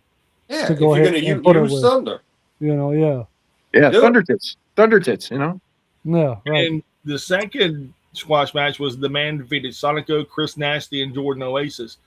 And I'm going to be honest with you, Sonico and Jordan Oasis never got in the ring. They destroyed Chris Nasty since the bell rang. All right, so this was faction dominance. Oh yeah. Okay. And as soon as that bell ended, Ricochet grabbed the phone and they claimed that they want to take on Skyflight. Well, there you go, building. Okay. And Roosh didn't say nothing. He don't need to. He said something in Spanish and dropped the microphone because he's a badass and he defeated Jordan. I hope with everything they got, they put him on TV next week against a hell of a worker, and they put on a good match next collision. What they should be doing to Roosh is looking over at how WWE's doing Braun Breaker right now, and looking at that, and saying that we got a guy that's damn near that. Let's go ahead and fucking mirror a little bit of what's hot, you know, and go with it, because he would fit that bill to a fucking T, you know. Oh yeah. And I'm gonna be honest, Roosh is one of those guys that stands out as a powerhouse. I mean, hell, he was Ring of Honor champion for over 699 days, 700 days, something like that, for like 4 years. I mean, he's fantastic. I mean, he knows how to do the thing. That's what I mean. You got a Braun Breaker style dude right here that really is the prototype to what Braun Breaker is, bro, because he's been doing it longer. Yeah. So you got a fucking more experienced guy. Doing it longer. Roosh has been doing it longer. Yeah, that's what I mean. Roosh is more freaking experienced. He's the prototype of what Braun Breaker like. WWE just figured out what to do with that type of dude. Oh yeah, and so now you got to spin that back around. You got a freaking experienced version right there in your fucking wheelhouse. Go ahead and use it for what it is. Use it for what's hot. You don't have to put dudes around him like Division and shit. You got to do that. But make sure the character mirrors a little of what Braun's doing, because that's what's getting the fuck over. You know, for sure. Maybe. Are we ready for some news here at 1 hour and 41 minutes in? Go ahead, roll, brother. Well, no SmackDown? Oh, you got results? Yeah, it finished today, so. All right, go ahead. Roll it, baby. Try to get through it. You get through it, man. Roll all right, Mike needs to pull up the list. Oh my God! You just got to watch. What happened, Josh? You're supposed to be the broadcast journalist for SmackDown. What happened, bro? Well, I didn't broadcast journalist, but also I got I got the memory of an ant. Of a goldfish, yes. A goldfish. There you go. Well, let me see. What started off? Y'all are getting a long show tonight. Happy 4th of July. Well, that actually was it. Well, it's 4th of July on the East Coast right now. So right. Yeah. Right. Everybody, we're celebrating the big 250. Y'all are getting a super show from us. That's right. America. Let me see. The show started off with Sami Zayn came out is like, "Hey, I'm a champion. I'm a champion. I'm a champion." Then Cody Rhodes came out and said, "Hey, congrats, champs." Shook his hands and everything. Then he started bantering about he's like, "Oh, I need anyone. I'm a champion." Then Jey Uso comes out. McClaim is like he wants to be a champion. He's like, "No, I ain't challenging nobody. I'm taking a break." It's like after winning the championship, then what you call it? The bald guy from Raw, the manager, Adam Pearce. Adam Pearce comes out because he's acting manager for SmackDown for right now. Says, "You know what, Sammy, you're not getting a night off. Tonight we're having Jey Uso versus Cody Rhodes, a number one contender for your championship." So, and that's and that championship match is going to happen on Raw. That is correct, Monica. Fuck yeah. So, what? She quoted Team America, World Police. America. Oh yeah. Fuck yeah. Let me see. Then first match, if I'm not mistaken, was Charlotte Flair, Tiffany Stratton, and Chelsea Green. Yes. Versus Jay Cargill, Beef Abbott Machine. That was the first match. Yeah, that was the first match. Yes. So they went on it, and it's high. They're still trying to push Jade Cargill on them. So they won. Yeah. So it was like. Next, I think Trick Williams comes out, cuts a promo. Then what's his name comes out? Gargano. Huh? Who's talking to Gargano? Oh, Sami Zayn was talking to Ray Phoenix. Ray Phoenix and El Hijo del Vikingo. Yeah, well, that's later. That was like the second to last match. Nope, that's the second match. Was it the second match? Mm-hmm. Yes, because the fireworks started. Okay, yes. I had to go back. That's why I was late watching everything. Yes, now that was a Vikingo and Ray Phoenix fucking lit the place up with for the AAA Cruiserweight title. And they just went back and forth and put on a lucha show on SmackDown. So was it Ray Phoenix got the win? Yep. Let me see. Then I think they go to a backstage segment with Sami Zayn getting chewed out by Adam Pearce. Then he went and took a picture with a fucking Johnny Gargano. Still, he's still playing this zombie or passed out thing. I don't know what the hell they're doing, Johnny Gargano. Just let him go to waste. There's a lot of complaints about what they're doing with him right now, and I'm wondering, is it that they have nothing for him? Or are they going to let him? Are they going to cut him? Is he going to join Ciampa in AEW? What are they doing with Gargano? His contract's coming up, and he's already said that he's not going to resign. Okay, so that they have nothing for this. Could be a Julia Hart situation. They're giving him this, letting him get TV time. They're not going to let him get back in the ring because he had an injury. Free that. So he's resting up from an injury.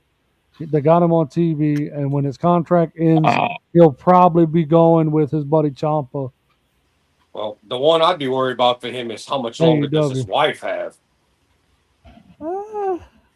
Yeah, got signed back. They got signed back about the same time. Yeah. But if she could get out of her deal, she would be a good asset to the AEW women's division. Oh yeah, I would actually put her with Ciampa and Gargano. Let her come out with them. She's gonna go where Johnny goes. That's just the question is, I don't know her contract status. Well, so she would be what? She'd be a year behind him. No, they're saying. I think so. They got the same. Yeah. They came in whenever Johnny resigned is when they brought in back Candace. Mm-hmm. I thought Johnny had already signed with Ciampa before. Nope. No.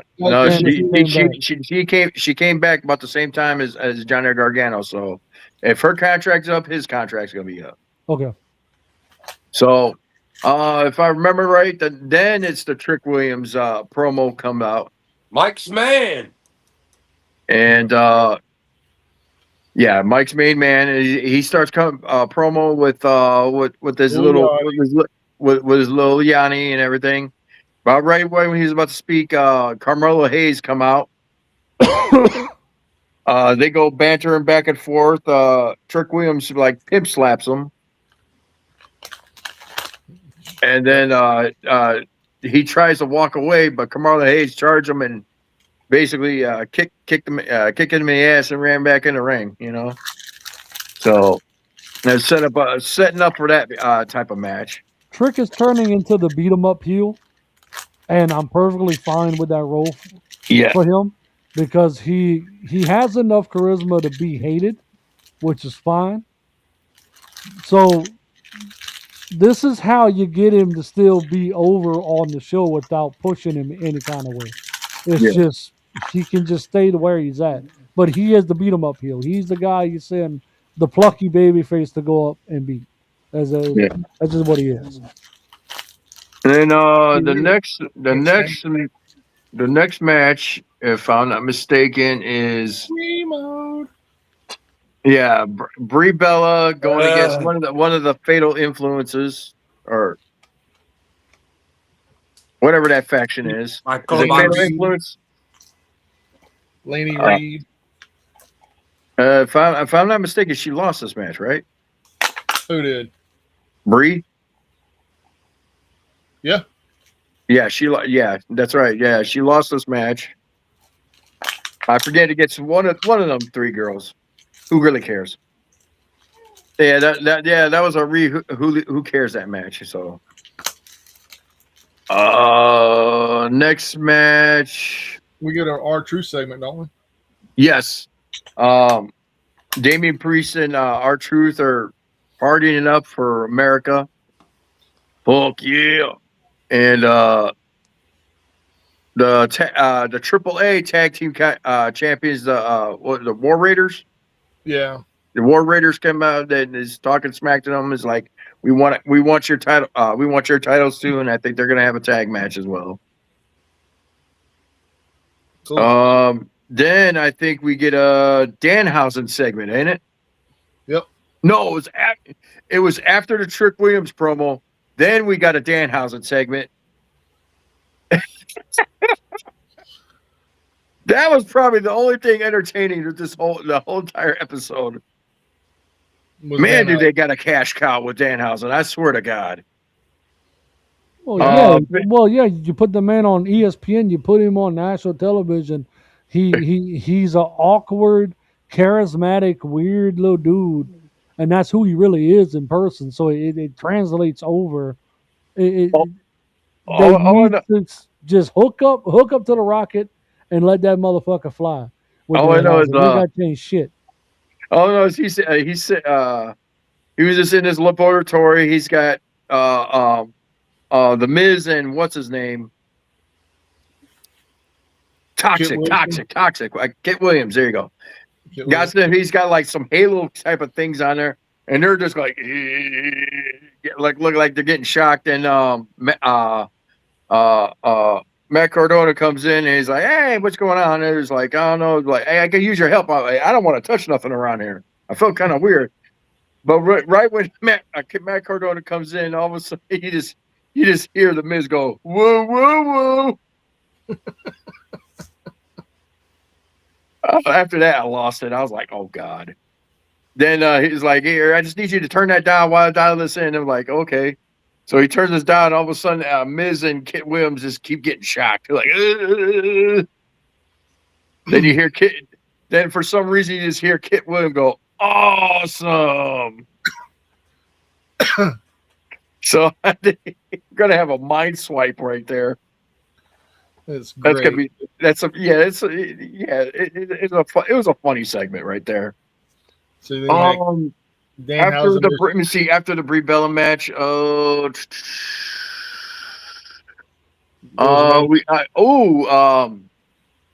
looks like we had a segment with Finn Balor and Tama Tonga.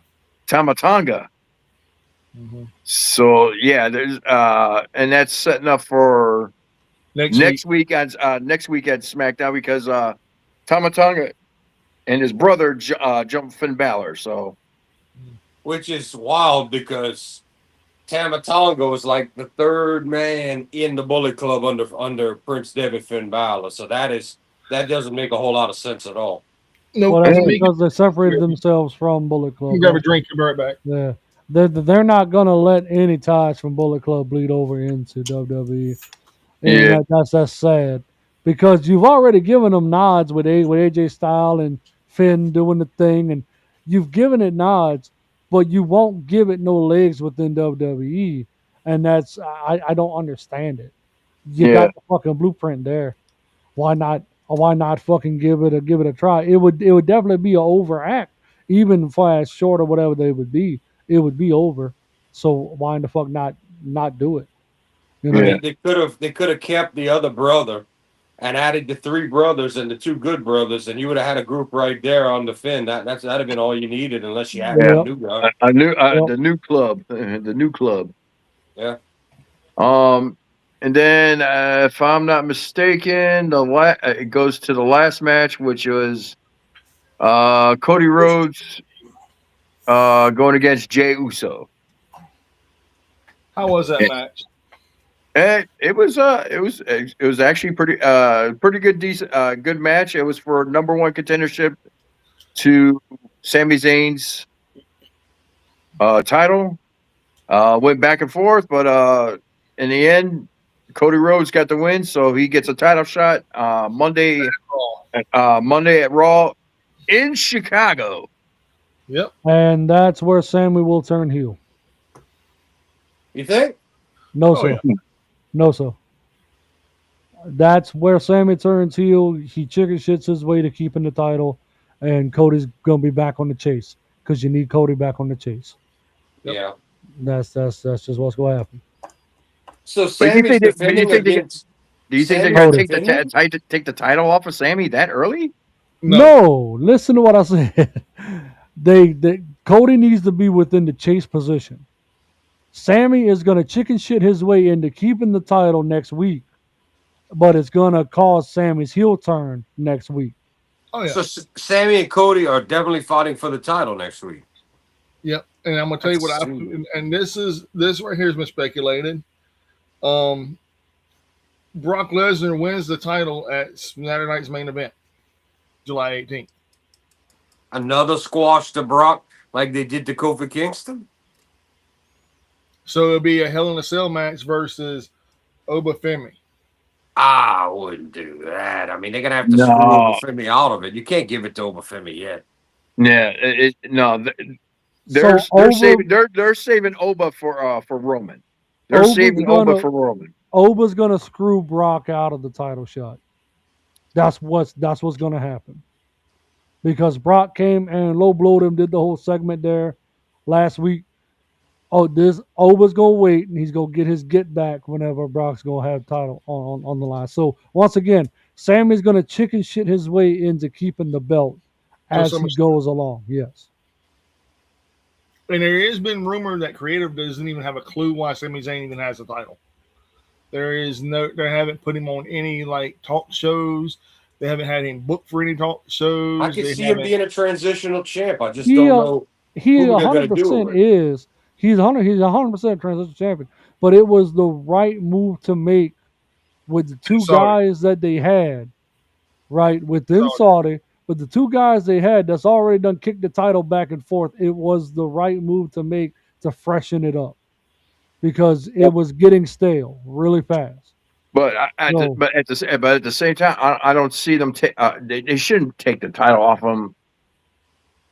Listen, listen to what I'm saying. It's going to be chicken shit heel Sami going through saving his belt until he's going to hit the time that they want him to drop it. Now, he's not going to drop it to Oba because Oba's already said he wants Reigns. So that's a whole nother issue. Mm-hmm. So you got to figure out when you're going to drop it and who to in order to make it make sense. Because you got to have Cody within the chase right now. Cody is stale. You got to have him within the chase. Gunther's going to do Gunther things. He doesn't need the belt. No. It was something, but he doesn't need the belt. So you gotta look at it like that. Who needs it the most right now to take that character to the next level? And that's going to be the guy that ends up eventually taking it off. Well, that's a great question. Who, according to how you laid it out, who could be the guy to take it off of Sami? You don't know right now. Nobody's. McIntyre comes back. I don't know about that. But I just don't feel like enough people are behind him. It's going to be CM Punk, man. CM Punk and Cody Rhodes. Woo! We'll see. We'll see how it all shakes out. But there's nobody right now that stands out like this guy needs a belt run in order. They all the characters in WWE kind of stand on their own. They're their own individual things, man. And it's the belt just gets traded back and forth like this token thing, bro. Where it's just whoever the hell's got the bigger pop right now is gonna be the champion. Cody was Captain America for so long he got stale. So instead of turning Cody heel, and then dealing with that backlash and ramification, you keep him where he's at and just let him be in the chase. So that makes the most sense to not fuck up the whole like the whole freaking machine of the storyline of what they got going on. Hey, J Rod, when we got you talking, mm-hmm. and do a little plug for us, man. Turn around for us one time. Oh, you mean this? Yeah. You mean this? Yeah. So I am going to be making the guys shirts like this here. All these gentlemen, full screen. All these gentlemen are going to have shirts. This was made by my lovely partner. She is Star Child art. She makes these shirts. I got my name here over Ringside Rants, and then on the back, I don't know, y'all boys gonna have to kind of guide me in. Let's see. We have the original, my own creation, but the Ringside Rants logo right there. That's so beautiful. whenever all of the guys get theirs, we will be opening, for those of y'all that's in the comments, we will be opening merchandise. Y'all just gonna have to get with us, get with Mike, get with somebody, get some sizes down. We're gonna be talking prices and all that here within the next little bit, but I will personally ship you a Ringside Ranch shirt so you can rep the boys whenever you're talking wrestling, because nobody talks wrestling better, baby. Damn, man, I love this, man. Love this, man.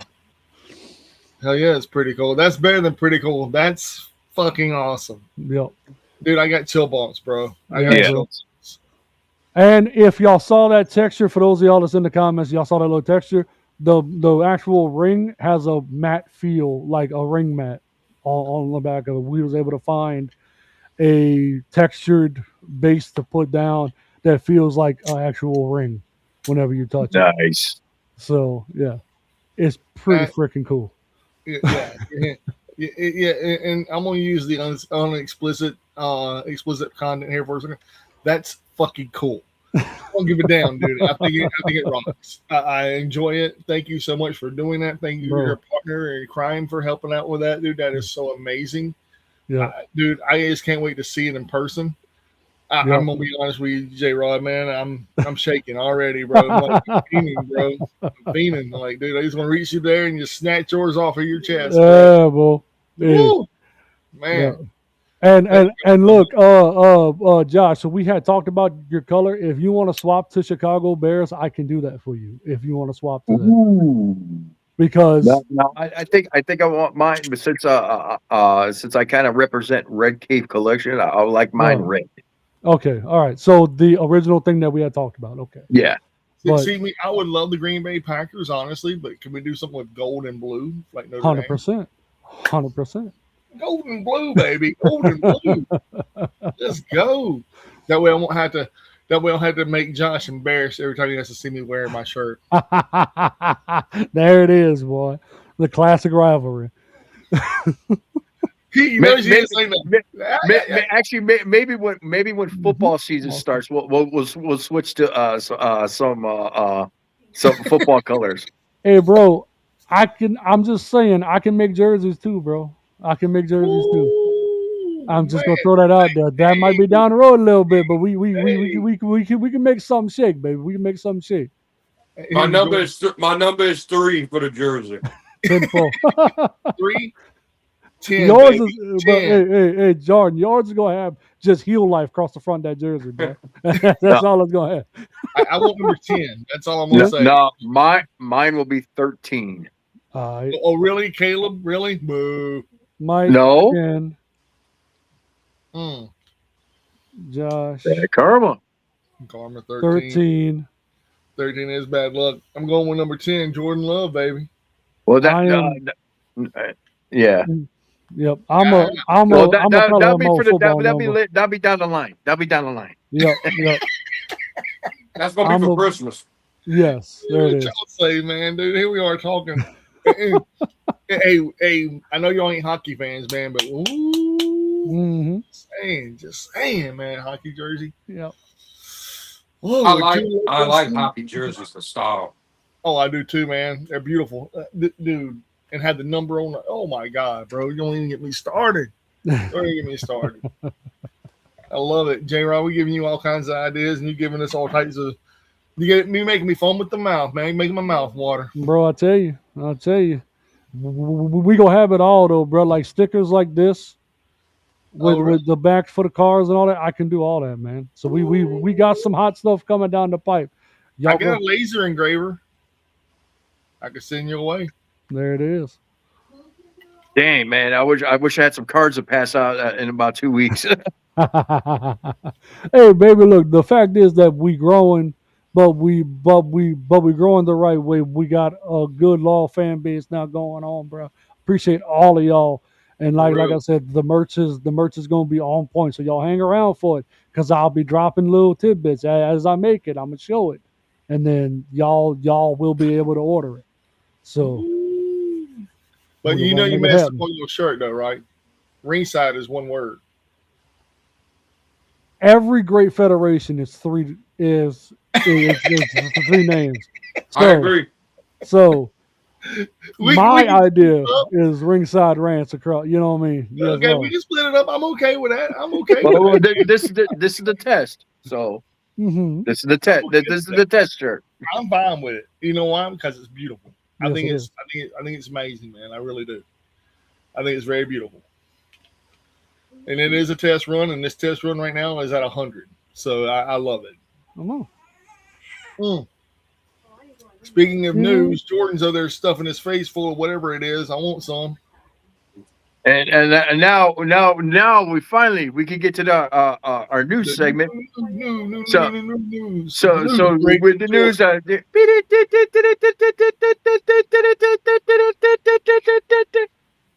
all right. News break with Jordan. Yep, we'll finish up with all this stuff. Luckily, it's not too much this week with our long show, but I do have a couple of talking points for y'all later on. But let's go ahead and start with, what do y'all want? Talent leaving and coming and going? Y'all want just bullshit pettiness from certain people? Y'all want more? What? Pick a company. We want your big bullet points first, Jordan. Lay it out, baby. Lay it out. What? The biggest news story you got. We want to hear that first. I'm saving that for them. All right, so give us you said the big one for the end. Give it to us. What's the petty shit?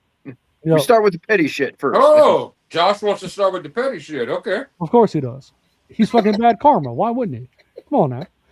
Heel Nation in effect, ladies and gentlemen. Let's go ahead and start with this one. This didn't happen yesterday. It's been a little minute, but we haven't really discussed this.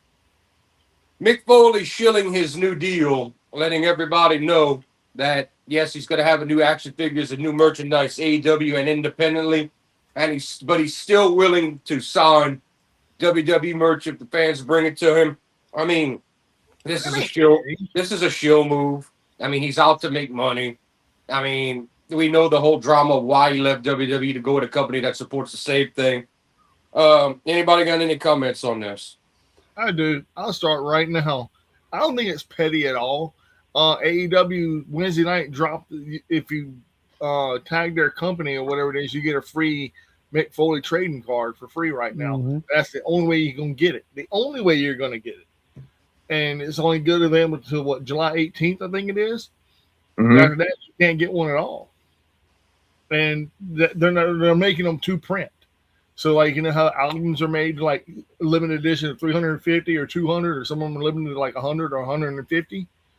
These cards could be really highly rare because it depends on how many people want one. I haven't signed up for one yet because I don't collect AEW fan cards. I don't. But that's just me. I do collect a lot of other stuff. I just don't. I used to collect all types of cards when I was a kid. I just think now that I'm 40-something years old that collecting baseball cards or wrestling cards for that matter is just a little childish. Well, not childish. It's more. It is. It's more of. It's a young man's game, bro. It's childish. It's so you get to a point where that's just behind you. You know what I mean? Yeah. Yeah. I mean, I might go to a store every now and again and look at a pack or something, but I don't pick them up. Just like, oh, they still make this shit. Can't believe it. But yeah, that's my whole take on it. I think that Upper Deck is putting out AEW cards just like Upper Deck to me was the top notch back in the day between them and Topps Stadium Club. Those were the two top notch companies. And I'm not talking about Topps as a whole because Topps. Right. But now the new Topps cards are, from what I understand, the Mac Daddy shit. But that's neither here nor there. I don't collect cards no more. Yeah. So Mick Foley has always been the consummate businessman. And he does what's best for him, and you can't really knock the man for that. A man that's given his entirety to this business, his mind, body, and soul, he's given to the wrestling business. So I got no problem with Mick doing whatever that Mick wants to do. Mick. Yes, and it ain't no different from when he jumped ship to TNA and did the and did the thing. That's the same thing. Even if he wrestles another match, which I don't believe he should, I think he should leave that alone. But AEW is a means to an end for him. I'm perfectly fine with what Mick's doing. It's nothing petty to me either. It's just business. It's just strictly business. All right. Yeah. I threw this in because I knew y'all would have some stuff to say about it. This wasn't my idea of the petty news, but I wanted a little story to start. John, you got anything on this? Got anything on the Mick Foley? It's like I don't think this is petty at all. It's like he made his decision. He's out to make he's out to make money. That's it. That's about it. So all right. Well, y'all said the truth right there, so I have nothing to argue with. All right, now we can get into your petty stuff, Josh. Here we go. I'm all for it, man. Let's roll. All right, Mike already knows about this because I saw the way he was nodding earlier. But yeah, so everybody's aware that Yota Tsuji, now the two-time New Japan World Heavyweight Champion, has had some verbal disagreements online and comments towards AEW. Well, we have a new chapter because if you watch the presser, Tony Khan had some remarks and tried to say, oh, he's a nice guy, let's golf or whatever. He said, Tsuji decides to put him to the test that says, I invite you. Why don't you come participate and watch us in Japan for the G1? Or the first week when Josh is going to be there. So Tsuji throws out an invite to Tony Khan, which we know pretty much Tony Khan's not going to do. So, short of the Chicago show, the opening night of the G1, could TK show up? Could there be any storyline to this? Tsuji is in there, but I'll say this: if there was doubts about Tony Khan's involvement, and if they're trying to strengthen the bonds right now, him showing up in Japan would be a hell of a way to show that it's strengthening. He's done it before for Wrestle Kingdom, but not really. He always gets Tanahashi and the Japanese people on his show. He never really goes in the ring over there. Right. But, so that's what I'm saying. If you're gonna build it, then the champion asking him to come is a way to solidify it. Right. But Tsuji, you got to look at that. The fact that Tsuji's been saying, I think this deal sucks. I think y'all are undervaluing New Japan. I don't like playing second fiddle to AEW. It's a very wrestling way to do it. It is. It's a very wrestling way to get I'm just catching everybody up with what's been said. Yeah, Roger. I honestly say I could see Tony Khan showing up because he has strong Illinois roots. So he's got family out here. So we're not talking about Chicago. We're talking about him going across the water. The opening night of the G1 is in Chicago. Josh will be there. Yeah. So I have a hard time seeing Tony Khan leave behind AEW, weekly television, and creative versus could he hop over to Chicago for a night? If it happens, that's going to be how it happens. Well, you got to remember this has happened on a Saturday, and you got to remember Collision is taped. True. Yeah. So I think what we're going to see is he might show up at the Chicago one, and then he might go stick his nose in Japan. I think it'd be great for him to show up in Chicago, and about halfway to midway through, show up again. Yep. That way, it solidifies that he is actually willing to put in the work. 100%. Well, I have a sad feeling that he's not going to show up for any of it, and Suji's calling him hard way out. I'm not trying to be the wrestling guy here, but I have a feeling he's not going to do it. I know he'll play nice, but he's not going to show up because it's not his show. And I think he's more worried about my AEW than having a strong relationship with New Japan. Even though we know him and Tanahashi are buddies, Tanahashi's the president. Tanahashi's still going to have to answer to his new owners. So that's fine, man. That's fine. But why not keep this partnership going for however many years you can? Tony was the first one to pull all of his AEW streaming and stuff off of New Japan World because he didn't know how it was going to react going forward. He immediately threw it all on my AEW. Well, yeah, which I mean makes perfect sense though. At the end of the day, you're selling your own product. Like you got to understand that. But the combo is lucrative, so you're going to keep that where it's set. even though Tony had to pull his shit, that doesn't mean he couldn't solidify the bridge between the two and keep that lucrative thing going. Yeah, that's okay.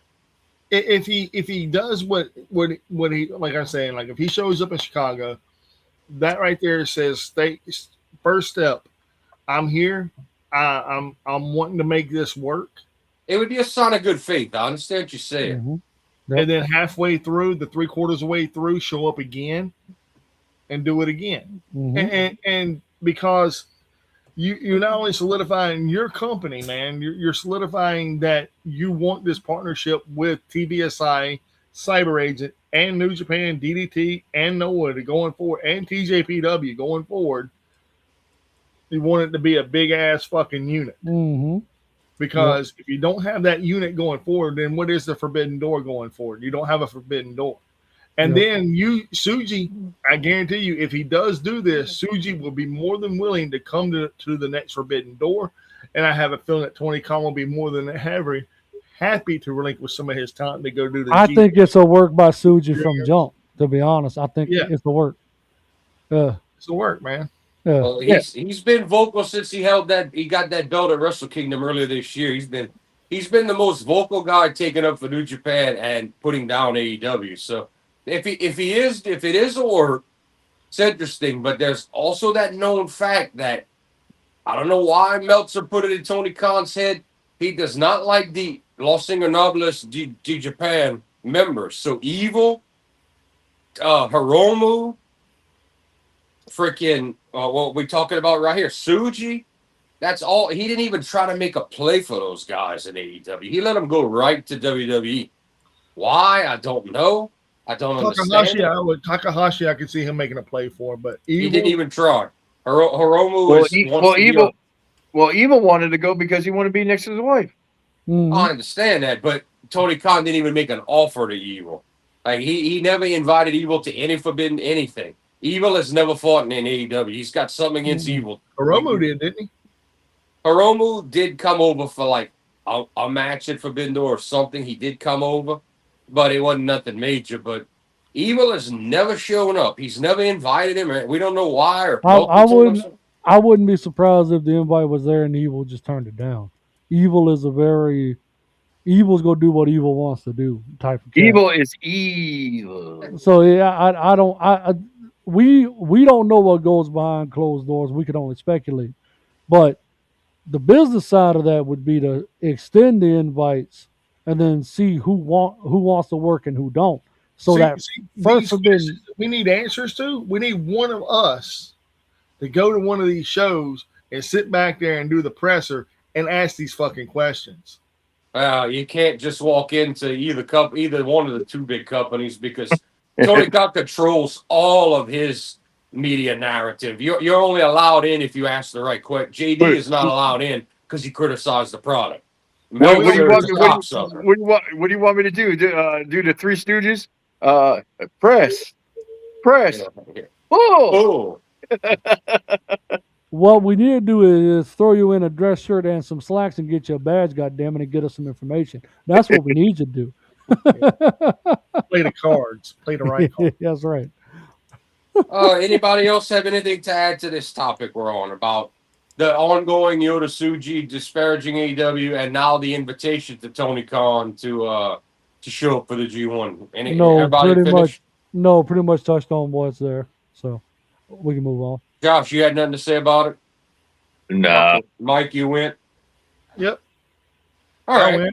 Let's go ahead and do one more. Well, I'll take a break before our next petty story. I'll give you all a little break here. Mike neglected to mention TNA Knockouts TV title bracket has been released. Mike did not mention this. There's a graphic if you want to pull it up. The brackets have been released for TNA's Women's Knockout TV tournament. Not saying you have to, but I'm saying you neglected to mention that. I saw it online and took a picture, but I can't send it to you. But yeah, but at the same time, yeah, do we really care? The title's only going to mean shit for 3 months until the AMC drops it. Who's salted now, motherfuckers? Anyway, that's something for you to think about. I just threw that in. All right, this is what you call some petty shit right here. Hold on. I'm gonna bring it up. Okay, well, while you bring, okay, I'll wait for you because I don't have a bunch of news, but I do have a couple of One thing we talked about big earlier this week, we could get into again, but there's some other speculation we can have, and I still have some people jumping ships. There it is. All right. Okay, you got to do some extreme close up here, right? Or give us names. But anyway, that is the bracket for the women's or the knockouts at TNA, the new television title coming. And we had Mars Sade going over. We had Hell About Elegance going over. Then you had the rest of the lineup goes. You got Alicia Edwards. You got somebody. I mean, dude, I really, I'm not going to get into it. Okay, who's going to win the whole fucking thing? Don't care. All right, so TNA is great, but you don't give a shit about their tournament. I think they were great. I think it's going to be Sade. I think it is too. Either her or Lena Black. Because that's one of the ones that they're trying to get over right now. Shows Mike's money. You know, so it's either be Lena Black and Mara Sade. That's going to be the main event. Yeah. Okay. Yeah. Well, while we're if y'all are done with that, if y'all not worried about that anymore, I'll keep the petty thing for a minute and let's stay with TNA for a minute. There were reports of broadcast issues streaming wise for Slammiversary with fucked up pictures. Some people were having trouble watching the show. Yes. Well, we did, didn't we, Josh? It was kind of hard. It was kind of hard to tell because of the way we were watching it. I mean, yeah, it was buffering, but yet at the same time, it was also pixelated as fuck too. And I saw images of full pixelation. Couldn't tell you what you were looking at. I wanted to get you guys' responses on that, and TNA do better. That hurts your product.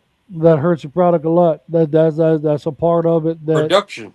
Yes, that's a part of it that goes into it, man. You can have a hell of a card if you can't watch the motherfucker, it's pointless. So you got to do better. I don't know if that was just a blip on their part or whatever, but if it was a blip, you got to figure it out. You can't have that again.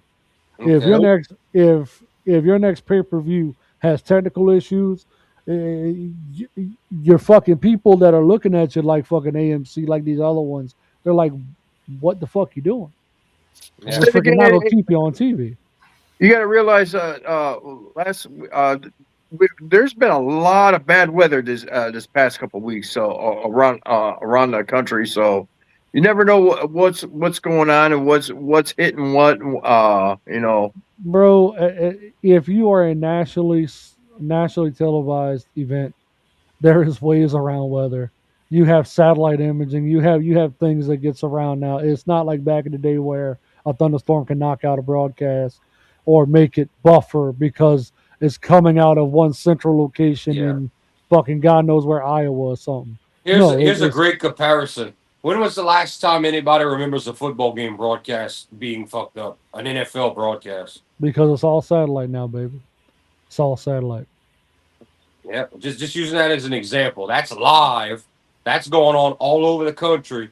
And I can't tell you the last time a TV went, maybe a rainstorm for somebody that owns a satellite dish at their Yeah. house, but the Yep. main broadcast getting interrupted, that doesn't happen very often anymore. Right. Not at all. Right. Yeah. That's just my y'all have anything else on this broadcast thing before I move on? Anybody else want to say anything? One thing about it, like for example, it that comes in from the feed.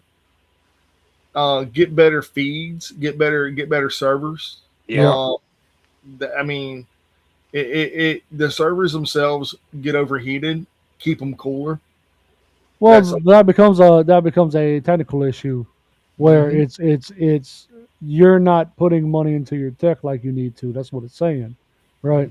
And I'll tell you now, a cat like Road Dogg coming from that fucking absolute beast of a machine that WWE is, he's not gonna tolerate him putting on these. Yeah, it's not gonna happen.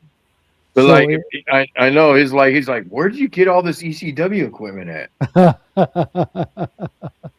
ECW had better production. I think it's probably a little bit better than ECW because they're now in HD. Yeah. But I don't figure it's top notch because ROH had HD quality shit before they got bought. Yep. But they were also owned by Sinclair, which has major broadcast shit like Turner. Yeah, but they were syndicated broadcast company though, man. So, right. The GoPros in fucking GCW are better quality than fucking the camera work in TNA. Oh yeah, well, I would much rather go to a GCW show than a TNA show. I'll say production took such a hell of a hit. I mean, look at what the commentators are sitting at. That shit makes a difference, bro. Like you ain't even got them boys a legitimate commentary desk, man. You got them a table with some monitors on it.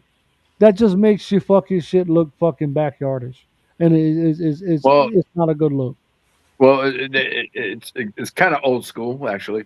Yeah, I do. I like the old school throwback, but I get it. The world has moved on. Yeah. We don't have the big box monitors anymore. They have flat screens in the tables and all. I get it. Right.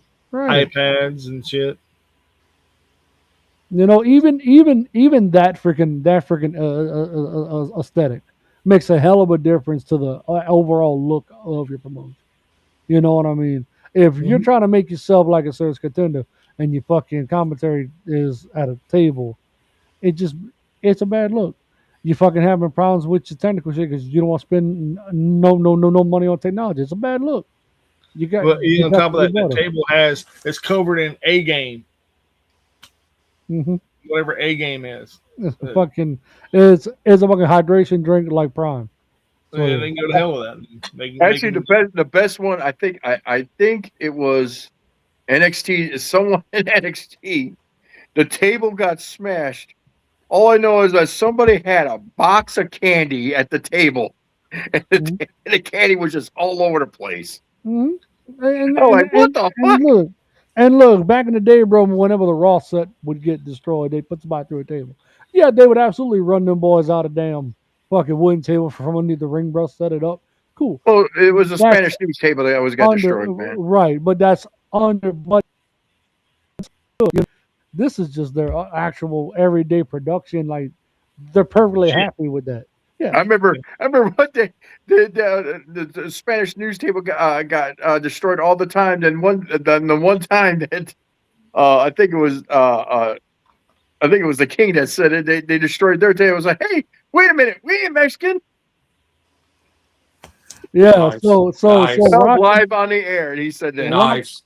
Rock and Austin would change it up every now and again. They would go and destroy Jim and them's desk rather than the Spanish announce table.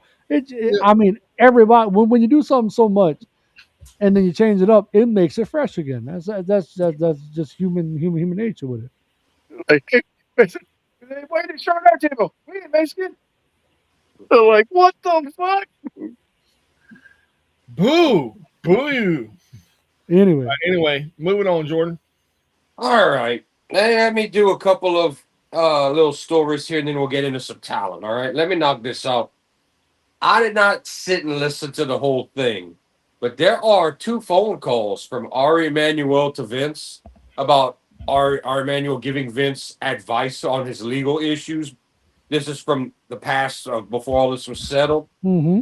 There, you can hear both of them. You could tell it's them, especially Vince. But Ari Emanuel's trying to tell Vince, don't say this, don't do that. I'm just pointing this out that this is available. You could go and hear this online. You can hear their conversations. Yes, that is legit. That is if you really give a shit about that whole story. Yeah. Right. I personally don't, because it bears no news bearing towards wrestling anymore, because he was part of the wrestling business. It's not wrestling related, because even if he does get cleared, and I hope and pray to God if he does, then he doesn't come back to wrestling in any shape or form. I hate to tell you that. I think once the legal shit's done, they're going to put him on TV for a pop and let everybody go nuts, and maybe make the hardcore shills think he's back in creative to create buzz. I think they will. I think after it's all said and done, you're going to hear No Chance in Hell, and he's going to walk out either on Netflix or on SmackDown, and everybody's going to go nuts and cheer him on. Hey, fuck, they could keep me away.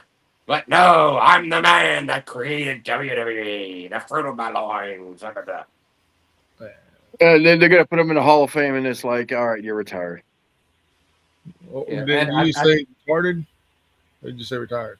I think he will be on the business side of things, not in the company, but as an investor or whatnot. I think he will be not behind the scenes creative, but I think he will. Once he gets cleared of everything and they're not worried about the black eye, I think I don't see TKO pulling punches. I don't think it's a black eye. I think it's a boo-boo stain. Yeah. So Vince had to sell his shares. Vince has no longer any money ties to WWE. TKO literally made him give up the entire ship. Yeah, so he has nothing. Yeah, he's got nothing. At the same time, he's regretting. He was like, I got bad advice. He wishes he wouldn't have backed out like he did, knowing that this have went, because we got settlements both ways around this. The Janelle Grant case, right, and everything's being settled out of court. He's paying up, and other people are paying up with their responsibilities in matters. I mean, even the attempted lawsuit of Endeavor acquiring the Turner Networks, that's even been squashed. Now they're gonna pay off some investors that were pissed, and that's gonna go through. So they're getting out of everything clean pretty much, and paying like I said before, it's gonna be pay fines, slap on the wrist, don't do it again, back to business. That's what this is all turning out to be. But that's what happens when you get the best lawyers on the planet. Sorry. Yeah, but once again, I like you say he might come back to a cheap pop, but I think it's just a character swan song type shit, bro. And then they'll put Vince back out to pasture because he doesn't need to be. Okay. Business to keep it rolling because they've taken it where it needs to go now. Yeah, they don't need Vince McMahon anymore. They don't need him. They really don't. But I could see him forming new partnerships, investing, be in a kind of a way, not buying back his company, but buying a way into the product, like as in somewhat of an. I could see it. He's got a boatload of money. Come on, I could see it. All right, let's move on.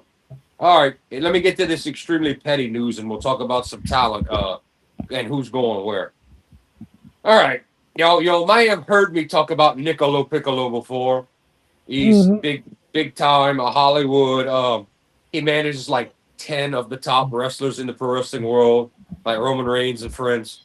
He is on a vendetta against AEW and Tony Khan and all. He claims he knows the insider business of the deals and who's talking to who in Vegas. He's one of the number one advisors of. It's not Ari Emanuel. Who? It is Ari Emanuel. It is? All right. Yeah, for the last 15 years, Ari Emanuel's number one advisor, his buddy he trusts, he discusses shit with, is Niccolo Piccolo. All right. Well, anyway, Niccolo Piccolo decides to go clubbing the other night, and he makes some live videos. And y'all gonna have a little bit to say about this because of the names involved.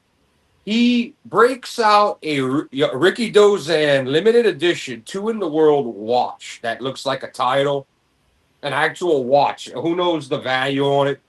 He breaks this out and he hands it to this blonde chick he's partying with. And she puts it on as a necklace. It's that big. It's like a necklace. They ended up they end up messing around with it. He bets it on black on the roulette table. Eventually, he breaks the watch and he throws it in a suite he's in. Then he throws it in a cornhole. He cornholes it.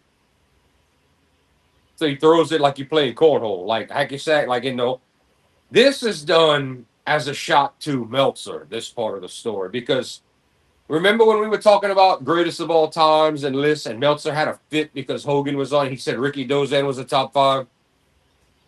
Yeah, anybody remembers this? No, because right. I don't know who Ricky Dozan is. I told you this last night. That is shame on you. We'll get to that, but Ricky Dozan is pretty much like the Karl Gotch of Japan. Mm-hmm. Right, the dude created pro wrestling, and there would be no. He was before Inoki. The guy is like a pioneer for pro wrestling. I know J-Rod knows who the hell Ricky Dozan is. Yes. Josh probably heard the name once. No, yeah, I know Ricky Dozan. Yes. All right. Well, so this was done as a shot. Did he go on tour with Tulip Brush? I mean, oh come on, Josh, that's wrong. We're talking about Ricky Dozan here.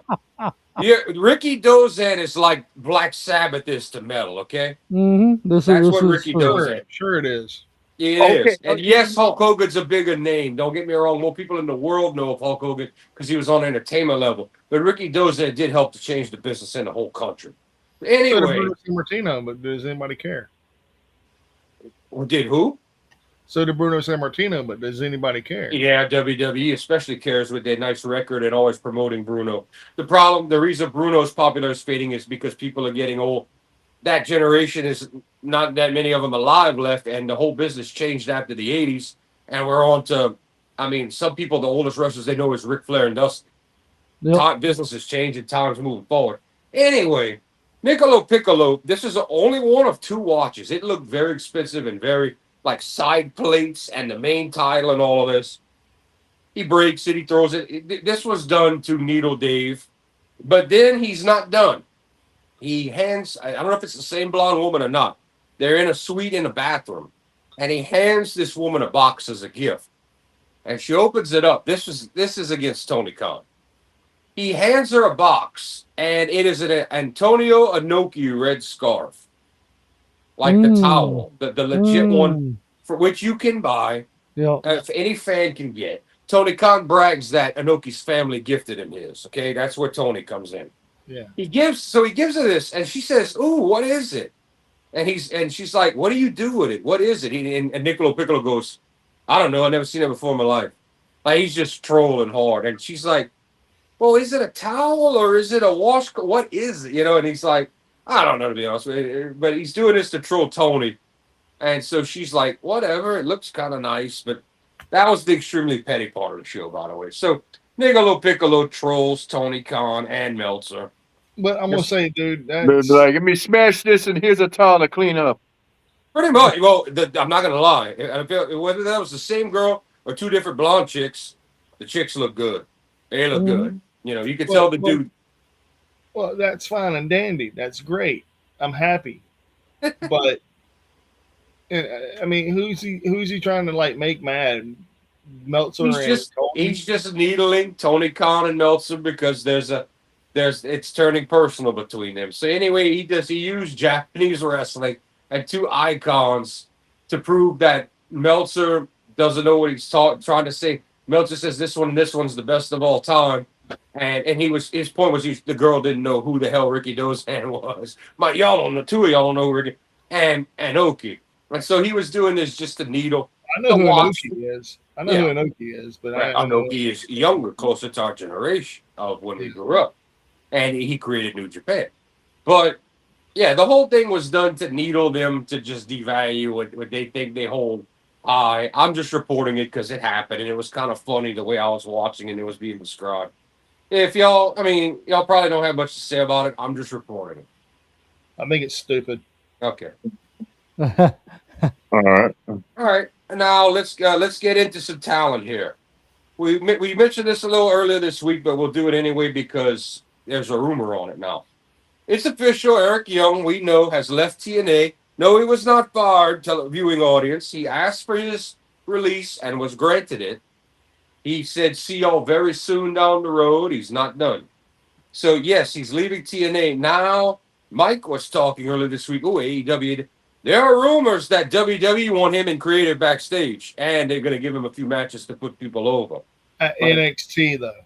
Yeah. I did not hear it. I can believe it if it's NXT. I got WWE, not NXT. All right, that same shit. But yeah, there's strong rumors now, and people are reporting with good track records that WWE. I didn't think they would be. They are interested in Eric Young, and we all know he could put over anybody. He's a hell of a hand in the ring. They don't want him for in ring. They want him because any company would feel great to have him behind the scenes working for you. Oh, yeah. I think Eric Young he's a hell of a match builder. He can fucking lay one out for you that even the greenest of hands could follow. So if you're looking for somebody to replace that Road Dogg role, that's a hell of a good start. While he's keeping going to bring back sanity. While keeping Eric Young closer to the guys above him, whereas they trust Road Dogg more. Okay, Road Dogg, you go off, do TNA. We're going to bring in Eric Young, keep an eye on him, and help him out. It makes sense. Makes sense. Yep. Mike? I would rather see him in Ring of Honor doing that with those. I would, but we know. I mean, but if he does go back to NXT, I mean, what is he going to do there? Like, I mean, he's going to have to answer to Shawn Michaels. He's going to have to answer to a lot of other people, and he's going to be laying out the matches for these green hands to wrestle, and that's where his benefit's going to lie. Yeah, one more thing I could throw in. What if Shawn Michaels is setting up to step back, and they're going to have to, instead of replace Shawn Michaels with one guy, get a few people you trust, like in Eric, you know, or an Abyss, or all these other people. What if Shawn Michaels decides, you know, Florida's getting a little, I love what I do, but I kind of want to go back to Texas, you know? What if the day's coming where he's ready to step? We don't know this, but what if it does? He does go home often. And so I think Shawn got brought in. I think Shawn now sees NXT as his baby. He's taken a real leadership role since gaining that part from Triple H. I think it's more or less a fact of Eric's ability to lay out a match and to build matches is going to benefit it's going to take some of the matches that were shaking NXT, and it's going to be able to solidify not only good heel work, but good in-ring work, and that allows Shawn to say, all right, well, I don't have to be in this facet. Now I can stay here in this area. Yeah. It does. That's very true. So that's why I think you're also in that same racket too. Like you have Shawn Spears, and then you have Eric Young in that same type of role. I'd rather see him in Ring of Honor because he could turn away so much good talent, especially the indie talent, and give them better hands and give them the understanding of why they can be pushed on AEW. Oh yeah, no. I mean, let's be real. He would be better within an indie to build guys, but at the end of the day, the money talk, bullshit walk. Yeah. So Eric's not stupid. He's not gonna make no money on the indies, even though he would do better by the indie scene to go and train them boys. Do I go and train these indie boys for fucking 20,000, or do I go make $2 million with NXT? Well, if he's in AEW though, what if he works for AEW but he's working for Ring of Honor and does the same thing? So I don't think he ever had a fancy with Tony Khan, bro. Tony Khan ain't a dude that he's. Eric Young is a very loyal motherfucker, and he's proven that within his track record within the business. I think that he's going back to a devil that he knows. Instead of a devil he don't. Yes.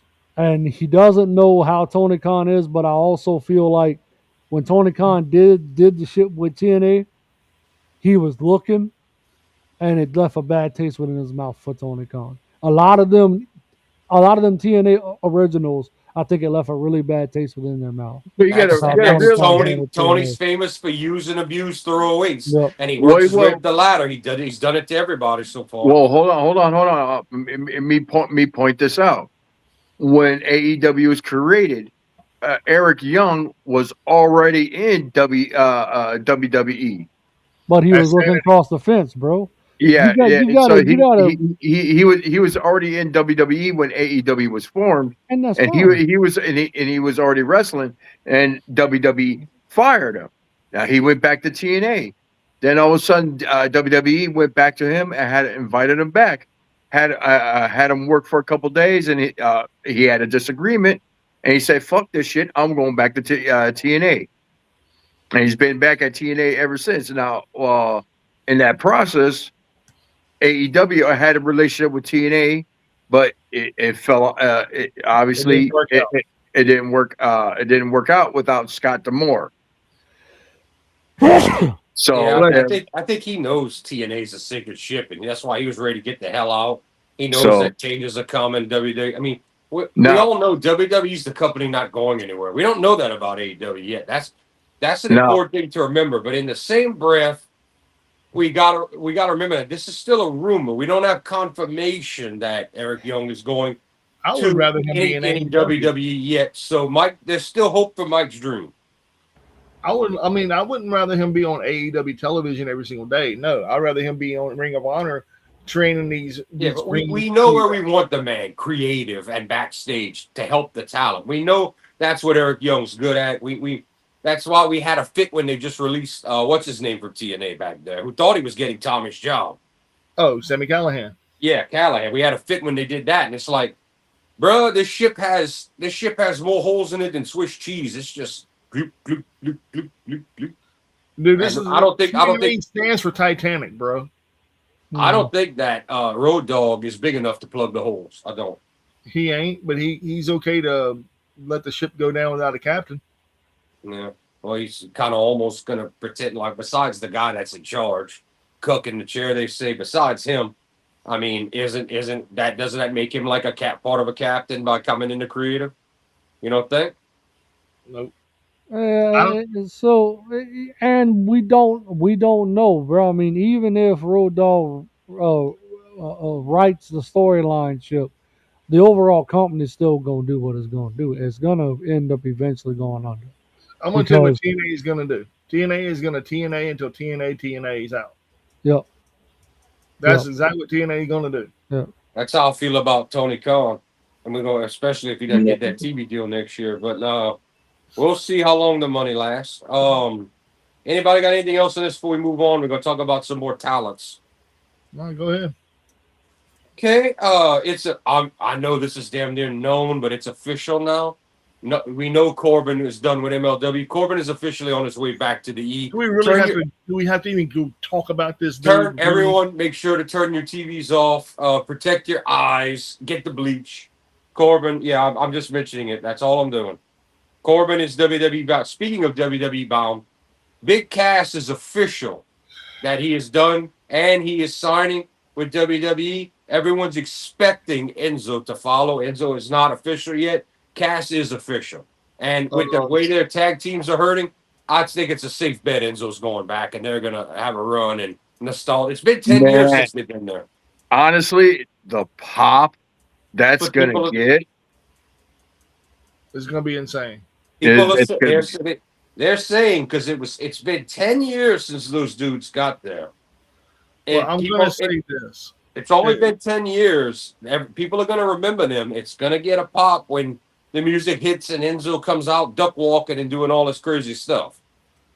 Well, I'm going to say this. The only way they're coming back is whenever Danhausen's experiment works.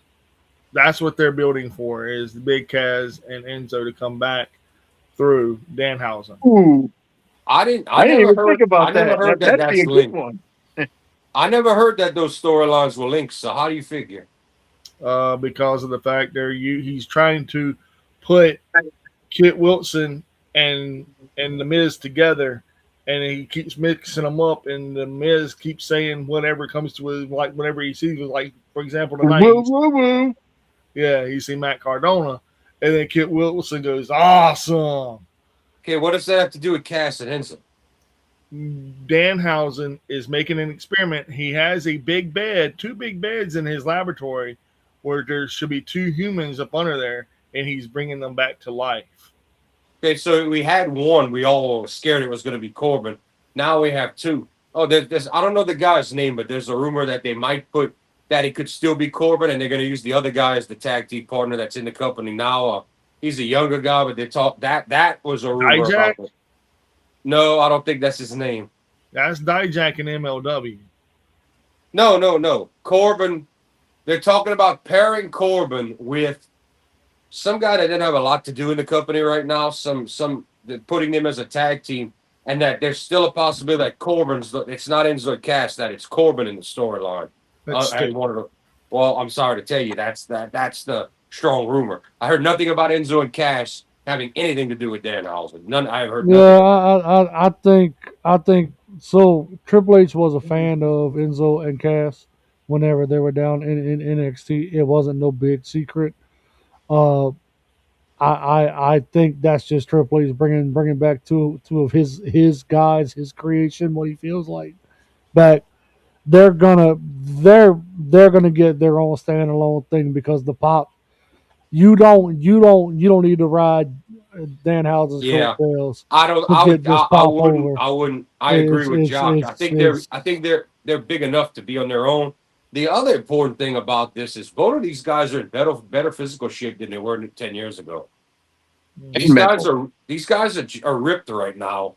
They've gotten more experience. Cass has overcome his issues. Drug addiction. These guys are going to be stronger and more just solidified and more grown up. These guys could really help save that falling apart tag team division over there. And you give it that face all you want, Mike. That pop they're going to get when they come out. I think Josh and JR agree with me. The minute that music hits and Enzo Duck walks and Cass comes out and SWAFT and all of that, you know the crowd's going to be ready to holler like my name is Paul Heyman. How long does this full pop last? Longer than Cody Rhodes being boring as a face. I think that it's got legs now. Because you're gonna bring this back. It's gonna have a little bit of a friggin' nostalgia feel to it, but it's at a point where all the catchphrases are going over like yeet and all that shit. The crowds want to be interactive. You're bringing back a very interactive tag team that makes perfect sense. But they're not going to say the tag division. To me, they are the modern day Too Cool. Too Cool and Rikishi never got unpopular until one of them had to step away. To me, they're going to get those kind of pops. Even though I'm not a big fan of the team, I can't stand Enzo, and Vince didn't really care for Enzo either. Vince wanted them because of Cass. Vince was high. Vince wanted to be truthful. Vince wanted Cass, but he was high. He had high hopes for Enzo. Vince was high when he on split Enzo. him up and he gave Cass the title shot in the 4-way against Balor. You don't remember that? Like Enzo, the minute they came up, he took Enzo and was like, and he put Cass in the 4-way when Balor was the world champ. I was watching that. But let's be real here for a minute. How are they going to say the tag division? Because there's something. They're a tag team, and people are going to cheer pop them, and just like you say, I would say they're going to save it, but they need teams. Yeah, I don't think the tag division needs saving. What you're gonna do is you're gonna break them out on NXT, get the biggest pop that you possibly can. I don't think. No, they're not gonna put them on NXT. You will. No. Listen to what I'm telling you, because they are NXT talent. So you're gonna get the pop on NXT. Then you're gonna be able to transition them quickly from NXT out of the original thing back into the main event tag scene, and you bring back another face tag team to face some of these heel factions that's been out. So you got the Street Profits that are doing their thing as a face tag team right now, right? Okay. So they are one of the main few real face tag teams they got. Yeah, there's only two. Them and the Usos. Right. Whenever you throw the Usos together, you're just throwing them together just because, you know. So you have no one. Right. So that's a tag team division that needs saving. You bring them back and you let them wrestle wrestle your heels, but I think it'll be strong at first, and then you shift them down, and you let some of them heels gain heat on Enzo and Cass, and that's gonna be them paying it back for what's going on. I think it's going to be main roster. If not on a pay per view, they're going to bring them out. They're going to build them to the titles. They're going to give them a hell of a run, and they're going to be as over as if you send Paul Heyman out every night, and the crowd says, "My name is Paul Heyman." With him, I don't think it's going away. People like repetition. Yeah. I agree with Jordan. It's gonna be main. It's gonna be straight to man. Matter of fact, I'm gonna say it's gonna happen right after SummerSlam. I would be willing to bet my beloved onion rings. They're gonna if it's main roster and it's either a pay per view or Raw or SmackDown, and they're just gonna come out for whatever reason, and that place is gonna go nuts. And Enzo's gonna come up with new catchphrases, and they're gonna be over like Too Cool was in 98, 99. Well, wait a minute. Were they from like what? New York, New Jersey, something like that. New York, New Jersey. Yeah.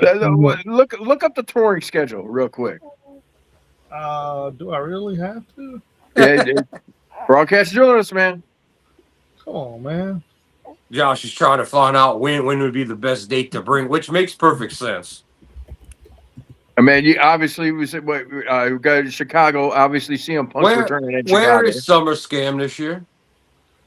They're not going back to they're not going back up to New York until Albany, July 17th and 18th. That's not that far away. Right. SummerSlam is in Minnesota. Yeah. And I wonder where the Raw. I guess the Raw after is going to be in Minnesota as well. No, the next Raw is in Iowa. Okay. Well, August 3rd. We'll figure out when they use them, but I wouldn't even waste the local pop to bring them back. I'd bring them back and let them pop. Wait a minute. Buffalo, New York Raw. Saturday night's main event. Where is it? That's in New York. When? 18th of this month. There you go. I don't know if they're going to rush it before. I don't know if they're going to rush it before SummerSlam, but I don't think they need a debut in their home neck of the woods. I think the pop's going to be big. Perfect. That would be but the pop's going to be big enough anywhere they go. Then when you finally bring them home, the pop is going to go like MJF going to Long Island. It's going to be insane. No. I'm gonna. If they do it, it's gonna be a Saturday night's main event in New York. I guarantee it. Well, like we said, we know for a fact Kaz is signing. Enzo is expected but hasn't signed yet. That's what we're waiting on. But if they got a plan down and they're willing to rush it, they'll sign you right away. And he's been waiting on that for forever. But I don't know if we're gonna see it before SummerSlam. I don't know if they might save that because they got all their storylines there. I mean, do they need to rush? So you remember a couple years ago whenever they had the Hardys debut again at Mania? Yeah. That pop. You would hold something like that for a situation, a large pay-per-view. SummerSlam's big.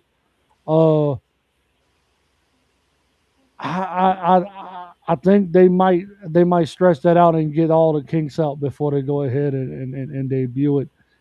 I can see that being a WrestleMania debut. I don't know if they're going to wait that long. I can see it. I don't think so. Let all the talk and the heat die down, right? And I'm gonna wait and see if it happens. I'm gonna wait and see what the card looks like. They're gonna build up for a Saturday night's main event. If the card has some tag teams in there, I guarantee that's when they're gonna debut. All right. Well, we're gonna watch and see where Enzo and Cass show up, when they show up. We're gonna wait and see.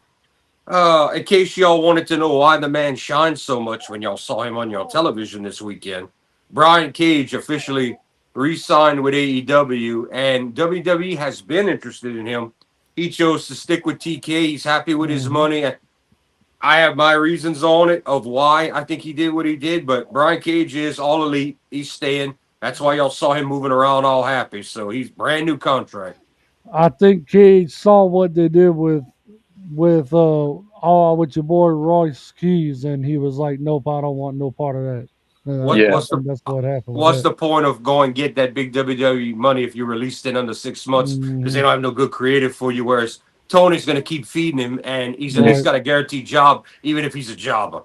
Right. Yeah, and also that he I saw the interview with him. Well, not seen the interview. I read the interview, and he's like, "Yeah, I'm signed with All Elite, but also I'm an independent contractor. I could go and work wherever I please." That's a good deal. He probably is very happy with that. Tony lets him probably do his bodybuilding and all that, and doesn't give him any shit for it. So yeah, you might not be a main eventer and make millions, but 1 million ain't too bad, or 2 million ain't too shabby. If they use you sparingly and you get to go do what you want, not a bad deal. Yeah, and you're in the Don Callis family on top of that, which is a big deal. Oh, he is in Don Callis' family. Yeah, I thought it was Wardlow joined Don Callis' family. No, Wardlow is done. Who cares? Wardlow is making his American Gladiator money. Yeah, but so Wardlow and Cage is both in Don Callis' family. Yes. Lord have mercy. And Lance Archer. Yeah, but Wardlow hasn't worked for AEW in like 2 years. Yeah, well, I think they're gonna let Wardlow fade. Tony's just got him on the payroll because I don't know why he's scared of him going to WWE if he keeps getting hurt and can't wrestle. I don't think he's got him on the payroll anymore. Yeah, he's got him on the payroll. He just made his return. And then Wardlow, not Brian Cage. Yeah, Wardlow just made his return. Where? To AEW. No, he hasn't. It was several months ago when he went away again. Yeah. Well, yeah. No, I can't even think of the last. He showed up for like maybe two or three he showed up for a cup of coffee and that dude didn't even show up for a cup of coffee. He showed up and left with 2 creams. The cream of the crop, baby. Yeah. That dude left with cream, bro. He didn't even get the cup of coffee. Wardlow returned at Forbidden Door. No. Yes. No. I think you might be looking at a previous year, Gerard. Hold on. Might be. Let me see. Because I don't. To my knowledge, Wardlow's. Yeah, Mike, did we miss something? March 13, 2024. AEW Forbidden Door 2025. 2025. Okay. Yeah. So I was going to say because Wardlow, since he started filming American Gladiators, he definitely ain't been back. Yeah. I'm looking it up right now. Yeah, he definitely ain't been back. Because that would have made news and all that. No, he didn't make it back. But but plus we don't need Wardlow because I'm sorry, he may be a monster, he may be Rizzler, but damn it, he has the brain attention of a can of Spam. And you know what's sad? When they had him beating MJF up at Bro, he was so over. They had a star ready to go. He was so there. I don't know if we could think of anybody being closer to the cusp of breaking through, and then it all falls apart. On September 8th of 2025, it was reported that Wardlow suffered a torn pectoral muscle during his return segment and will be out indefinitely. Yep. Yeah, I'm looking at it now. I saw a freaking old video. Is what somebody slid in there. That's what it was. And officially, for the first time in the night, you get the squirrel. Oh man, that's terrible, dude. Me? Yeah, I ain't worried about the squirrel. The squirrel finally made his appearance from out of nowhere. Yeah, fuck that squirrel, man. All right, y'all ready to move on? We down to the last 2 stories. Y'all ready? Yeah, let's get it. All right, one of these we talked about earlier this week, and Josh was getting upset because he wanted to move on, but we didn't get to hear what J-Rod has to think about it, and this is worth us thinking about what do we do with this? What do we do with what we got? And yeah, I'm back to Obafemi. This is not the main event, but I do want to touch on this. Yeah, Josh is having a fit, but the whole this is true. I mean, you give him King of the Ring. There's a title shot. Mike's upset. Mike went on a big rant because he's like, WWE lied to us. SummerSlam said we'd get Obafemi's title match. They promised us, and now we're getting the cage with Brock. How the hell what do we do with Obafemi after SummerSlam to get to Mania? Who do we put him against to keep him out of the world title picture? How do we do this? You can't.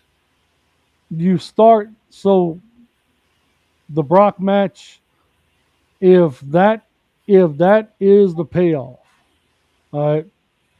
So you have Oba, screw him or whatever.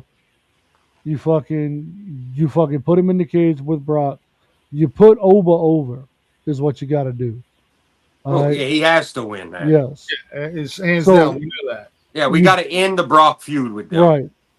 If you put Oba over, now you have solidified him as the monster of right. The and in my opinion, Gerard, I told the guys, they didn't necessarily agree with me. I said, that's the end. I said, that will really be the beginning of the Obafemi story to me. Yes. This was this was building you up.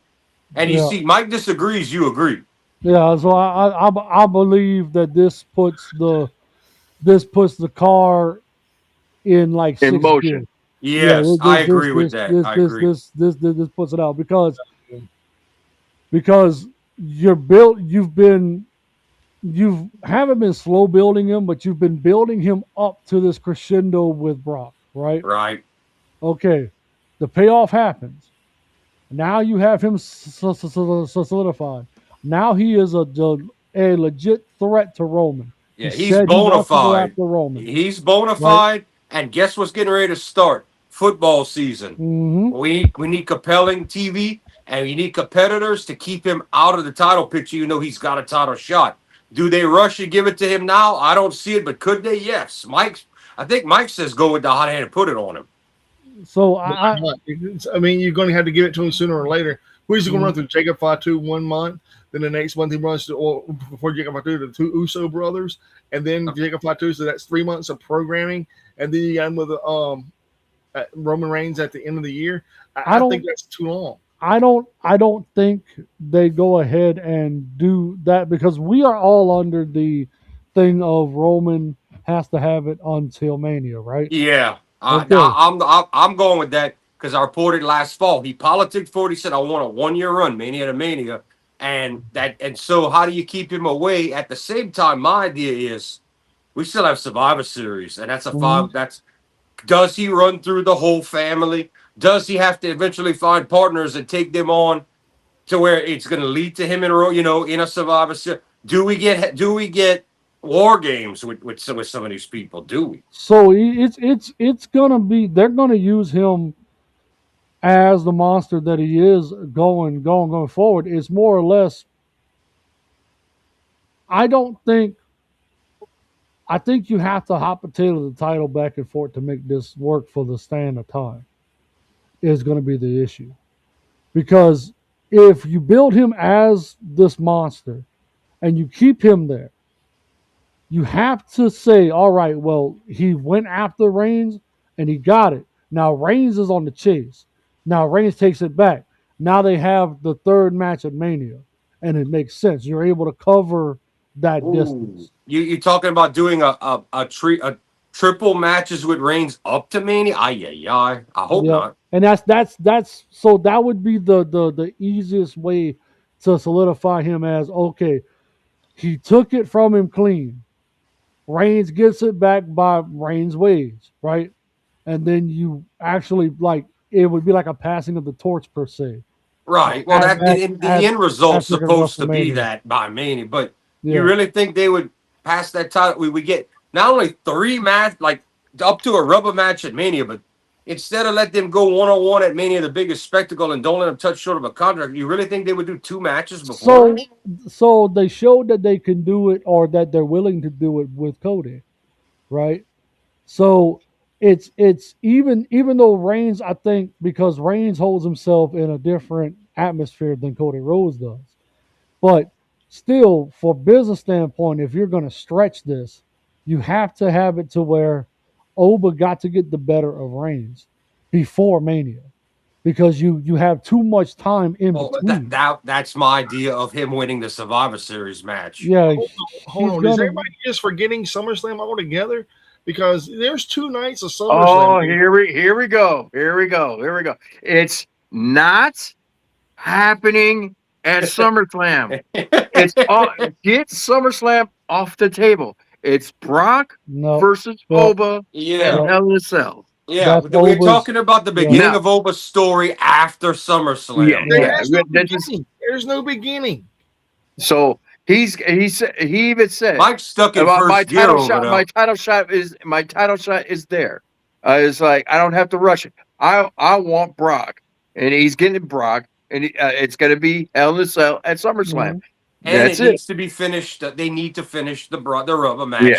Finish the story. Brock passed the torch to Oba, and let's get over it, and let's get Oba's real story started on his journey to the title. And look, you don't have to put Oba against Reigns right away. You can slow build it. You can keep him.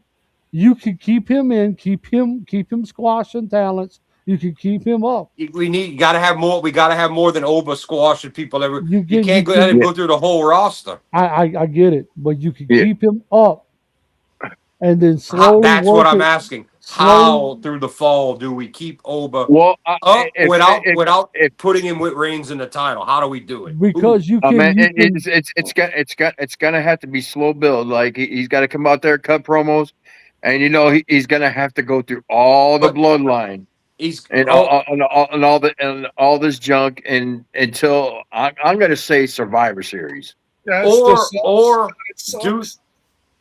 Or do they find a talent for him to work with a couple programs before he goes into the family thing? Does someone else?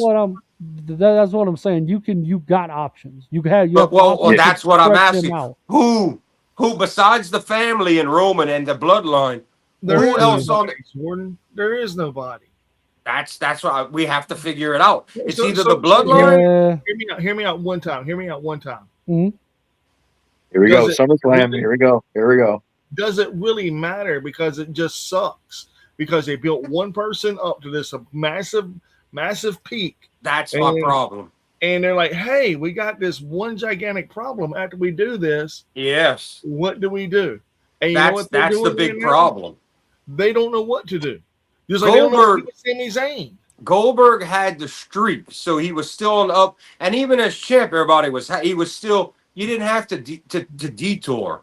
They've already given Obafemi so much. The problem is there's no if Obafemi gets screwed out of his title shot, I mentioned this earlier this week, Gerard, that means he has to win either the Chamber or the Rumble if he gets screwed out of his title shot, which means that takes away another win from him. He's guaranteed to win one of those if he loses his title shot. That hurts the whole roster. It's the Reigns. It's WWE's problem of we've got one guy. But we don't care about everybody else when it comes to the one guy. They're famous for this. It's the Roman Reigns. It's the John Cena. It's the fucking early Hulk Hogan. One guy and piss on everybody else unless you naturally can get over. The thing is, I don't care.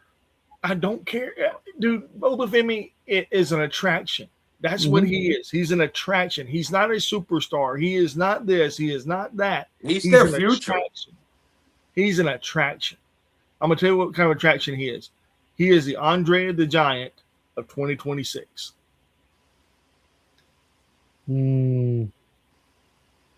That's exactly what Obafemi is.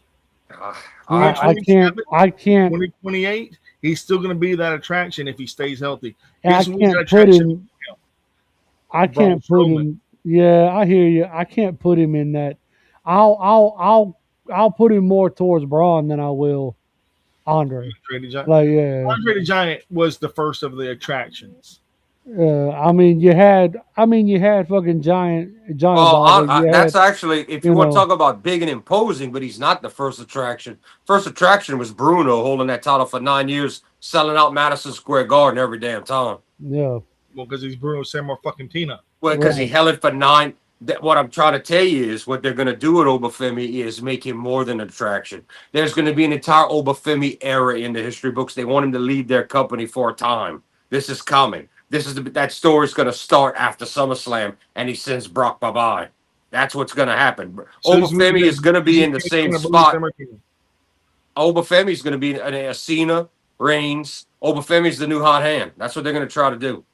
Well, you know, before they did all this with Roman Reigns was what, the third longest reigning champion of all time. And he's right under Hogan. He didn't solidify the Hogan spot to hit number 2. He beat Punk's reign, I'm pretty sure. Dude, no, we know Bruno's number one. It's actually it's Bruno, Hogan, Reigns, Brock, Punk. Yeah, I think that's right. I think that's right. If memory serves me right, you got it right, Josh. And but Brock's title reign was kind of bullshit. The beat because he was half. Mm-hmm. Yeah, well, they knew it. They did that on purpose. There, that was low effort Brock to break Punk's title because they were mad at Punk. They wanted somebody to do it. Vince said, "We'll do it with Brock." Damn it! Just like he had Brock beat Taker when they should have went to a younger man. So Brock. Yeah, so Brock's title reign is kind of half-assed, so it's like. Well, we all agree with that. Yeah, so if Obafemi goes, so we're getting the second coming of Bruno Sammartino then. No, I don't think it's going to be 9. I don't think we're ever going to see a reign that long again. Never that. No. It would be too boring. People would turn. I mean, could one day if they try for the right person. What? It wouldn't be boring with the right person. Well, if they would do it with, I could see Obafemi getting in the top 5. Maybe not his first. Maybe his first title run. Maybe not. If he's hot enough, they might leave it on him. I could see him knocking Punk off number 5 even if not the first time. Let's say he gets more over and develops more character in 2 years and gets another reign. I think one day Obafemi will knock Punk off that 5 spot. I don't see that's not that hard to do. And if you've got a guy that dominant. You don't want to take it off of him. You're going to want to go with Obafemi as long as you can. If the idea is all bets are on Obafemi. His first title reign should last 3 years. It's easy. It's very easy. Have him do Raws or SmackDowns wherever he comes out. Feed him at every pay-per-view. Knocking them out, dude. Knock them out the clock. We do have the 2 titles now, so it's not like you're holding the main belt hostage. So you could. I think they're going to need to do something like that with Obafemi. I don't know if the flip flops. And it's a secondary title. It ain't the main title. It ain't the WWE heavyweight title. I mean, a world title. It's the heavyweight title. Well, yeah. I mean, I think they are going with him as the guy. I think they're going to make he's going to be a major player going forward. So I'm looking at the roster right now, the Raw roster, right? There's nobody there. There's right. So you got Breaker, you got Reed is hurt. I'm gonna call that right now. Braun Breaker ending this feud with Rollins and losing. Braun Breaker's going to need a win next program. He ain't going against Obafemi. You don't squash him twice. No, right. So, not yet. No. That's a build-up right there. Now that and by that point, Braun might be ready enough to be the guy to beat Obafemi. I think though they can go ahead and bring, like, they might be able to slide a Gunther over to do a program with fucking over. You got pieces that you can move around, because even though you're a Raw star, you're not really strictly classified to Raw anymore. You can move. So yeah, the TKO era has shown that they care less about the brand split. Right. So you got options there. Love you too, Dave. I think you would probably feed him guys like Rusev at first, bro. You would feed him guys that he could what about a good match. Here's an idea. Here's an idea. What about somebody that can afford to take the loss, but that is established, like a Drew McIntyre? To come back and do that, I don't know if you'd come back. I don't want to waste the Gunther. If I was in the booking, if I was in creative, I wouldn't want to have Oba squash Gunther now. I would save that. That's a future world title shot. I would save that. You can't use Kevin Owens right now because he's out, even though he's a great heel. but he wouldn't be able to keep up with Obafemi. We know that. Oh no. I think somebody like Drew McIntyre would fit the bill and could eat the loss, and that's who do we have that's at least the level of Drew McIntyre or better that can eat the loss. That's a utility player. Easy. Gender Mahal. Gender. No, no. That would be a squash quicker than Dominic. the modern Dave's day coming. Maharaja. Mike, cut him off. Cut him off. He's done. He's been drinking. Yeah, we're very happy that man is off our televisions and over in MLW. Right. Listen, Yeah, this no, is I mean, you gotta- Ringside Rants After Dark. He's drinking that oil rig swill. So yeah. That high octane. Yeah. He's drinking that liquid lightning. Yeah. Oh, Okay. jet fuel, my friend. Hey, Eric, final thoughts on what we're talking about here with Obafemi. What's the plan? What do we do with Oba? Deb, do you want to get on this before we change the subject? Because I got to get into the main event after this. What do we know Obafemi's going to fight Brock, the rubber match. 10-1, he's going to win. Where do we go with Obafemi's story after SummerSlam and to Mania? What program do we put him in? How do we keep him away from the title? Who does he go against? What do we do in the fall to Survivor Series to Rumble to Mania? What do we do with Obafemi?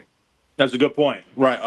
The thing is, like, okay, we know he's winning, right? What's next, right? Like you stated. But, like, the thing I'm thinking about is, who is he going to lose to? Who's going to beat him? You know what I'm saying? Who's going to beat him? Who's going to be the first guy to beat him? Not no time soon, bro. Okay, so we think he's going to go on a Bill Goldberg, as Bret Hart would say, generational run? Yeah. I don't see him losing for 2 years. 2 years? I don't see it. But without the title, I don't see him. 3. I'm talking about from now. I'm talking about starting with Brock. This last match, way before he gets the title. I don't think Oba's eating a loss until before he gets the world title. I don't. Okay, so the thing is, like, right? Okay, that's fair because look, he's a superstar. He's gotten better. He's getting better. He's elevating. The machine, brother. You can tell the machine wants to back him as the new. Yeah. Eventually, he's going to be the top guy. You can tell. Yeah, for sure. So, like, but the thing is, what if it gets stale over the course of the year? Like, obviously, that's the thing. It may get stale. Like, what are we going to add some things in there to kind of like get the character even more over? Who do we put him in a program with if we can't do Reigns or we got to do a slow build pretending Mania for Reigns?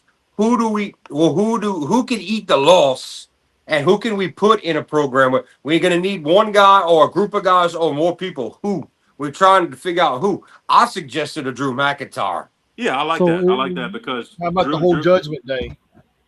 Well, this would have to be him jumping over to SmackDown, right? I mean, that would have to happen if Judgment. No, there ain't nobody in Judgment Day anymore. It wouldn't be Judgment Day because he already beat Dom. There's no point. No, you're thinking of the Vision. He wouldn't have to jump. Vision sucks too. They only have one person. Yeah, you could keep him on Raw. They got Braun. They got Braun Breaker. My thought is you don't put Braun Breaker or Gunther or Cody. You don't. None of those three guys or Reigns right now against Oba. Oba's got to. That's all big title matches in the future. What about Bronson Reed when he comes back? I mean, that is that any less or more important than a Rusev? Right now, you could feed him Rusev. You could walk him into Solo Secure trying to recruit him against Reigns. Then you have him run through Solo's faction. Right? Could. Well, no. Solo don't got no guys anymore. The rest of them quit. That's true. Okay. Oh, they left him. That's true. But anyway. Right. So you look at the big guys, like you said. Yeah. Solo. Right. Rusev, you would need bigger guys to Jacob go ahead and feed him. Right. Fatu would be a great matchup. Two big uns, right? And yes, you got to think about that. Like, what guys he's going to better go through? Like, pause. That he's going to bear to defeat, right? The course of the years that he's going to be champion, right? And that's a good bit of dudes, right? So it's like the championship puts him in that Gunther range, in that you got guys that's gonna come after that, right? But you're basically working him into where all the top guys are gonna work with Over. So now is you gotta run through the mid card guys right now. Or what I suggested before you got on, Dev, we build to Survivor Series. He goes through the bloodline, and eventually they beating him down. He has to pick 4 guys to team against the blood. What if he was to work through the bloodline? Someone else mentioned that as well, and that way he could go over Reigns and piss Reigns off. Just an idea. Yeah.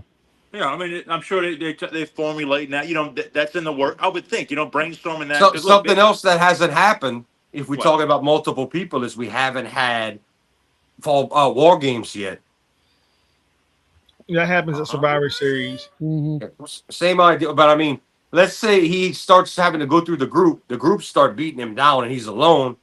The general manager or somebody's like, "You think you could find 4 people? Or put you in Survivor Series? You can have your own team." He goes up against Reigns and them in the cage. He wins like that, and then that triggers Reigns to be pissed off. He still has his world title shot. I mean, and how long can we hold off on this claim for the title shot? How long until he says, "I want my shot now"? Can we wait till Mania? Royal Rumble. Yeah, and usually it's always a year. Yeah, you get a year. But here's the other problem. You got Money in the Bank guy. Whoever wins that, motherfucker. And I don't think Oba needs to be in that match at all because he's already got a fucking title shot. What if he just takes them all? What if he wins that, wins the Royal Rumble, wins the freaking... You're hurting the roster. Nothing for nobody else to win. That was my next point. I was going to... I mentioned this to y'all, but I was going to tell it to Dev. Let's say he does his title shot and gets screwed out of it, that means he guaranteed us to win the Rumble or the Elimination Chamber. That means you give him another accolade, the roster's screwed again. Money in the Bank, too. Yeah. I think if he does get screwed out of his title match, then you got him in the chase until the Rumble. You let him win the Rumble, and it's a short porch. It's a predictable last Rumble. I don't like that. Well, that's that, but I mean that's what it was. I'd rather let him win Elimination Chamber or even the case versus the Rumble. Yeah, he ain't gonna be in no ladder match like that. No, he ain't it ain't gonna be that. No, this dude don't even look like he can wipe his ass, right? Man, he ain't climbing no ladder. He can, but no, it's fucking not that. It's not even but it ain't even that. Like the big man on the ladder don't make no sense. It just don't. Hey, this is random. This is random as heck, but like, who I want to see come back in the Rumble? None other than what's his name? Rick Boogs, the guy that plays the guitar.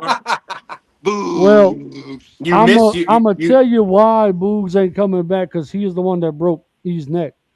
So that's why. Yeah, that's why he's blackballed. He's never coming back. And you missed your favorite guys, Dev. We already talked about Cass is headed back to WWE guaranteed. Enzo's expected. Your team's coming back, bro.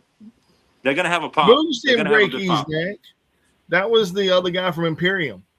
You sure? 100%. I think he's right about the Imperium, dude. 100%. I thought it was Boogs that fucking missed the overhead throw. No, I don't. I believe it's the Imperium. One of Gunther's old partners. I think it was Fabian Eichner, the guy that's over in TNA now. Fabian Eichner? I think he might be right. I'm about to go look that up. Look, I wouldn't mind a Boogs and a Walk with Elias return at the Rumble. Good luck on Walk with Elias, bro. Yes, or Ezekiel, baby. God, you made me vomit. Him and Bottom Dollar, bro. Dude, he's getting close to having Baron Corbin syndrome, bro. Him Bottom Dollar. Him and Bottom Dollar, bro. Rich Holland. Titus Worldwide. Yeah, Rich Holland. That's all right. Okay. All right. Well, y'all ready to get into the main event here? Yes. Let's get into the all right, let's do it. Josh is over there. Yes. Finally. You're killing him. I'm the guy that's got to work tomorrow, buddy. All right. We've been talking about this for over a year. We've been expecting it. We didn't know how true it was going to come, but it sounds like it's going to happen. We've heard the rumors, and then we get a little bit of a spoiler online. You can call it a teaser, call it a spoiler, call it whatever you want. Miss Davinia Rose, none other than Bayley,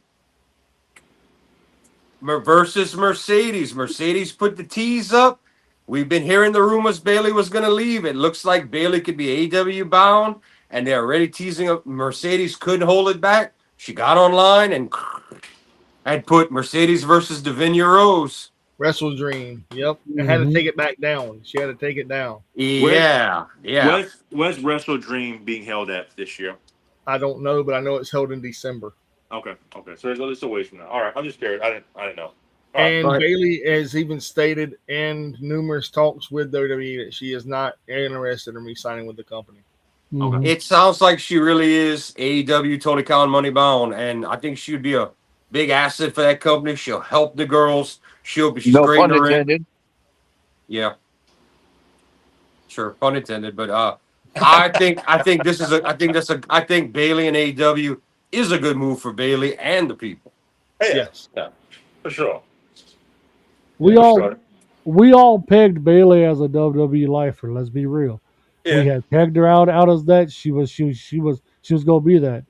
If you look at her work from the last, let's say, 2 years, it's like she's losing her love of the business, bro. Well, over the last couple of years, like Mercedes did. And I'm thinking this is her way of trying to rekindle that.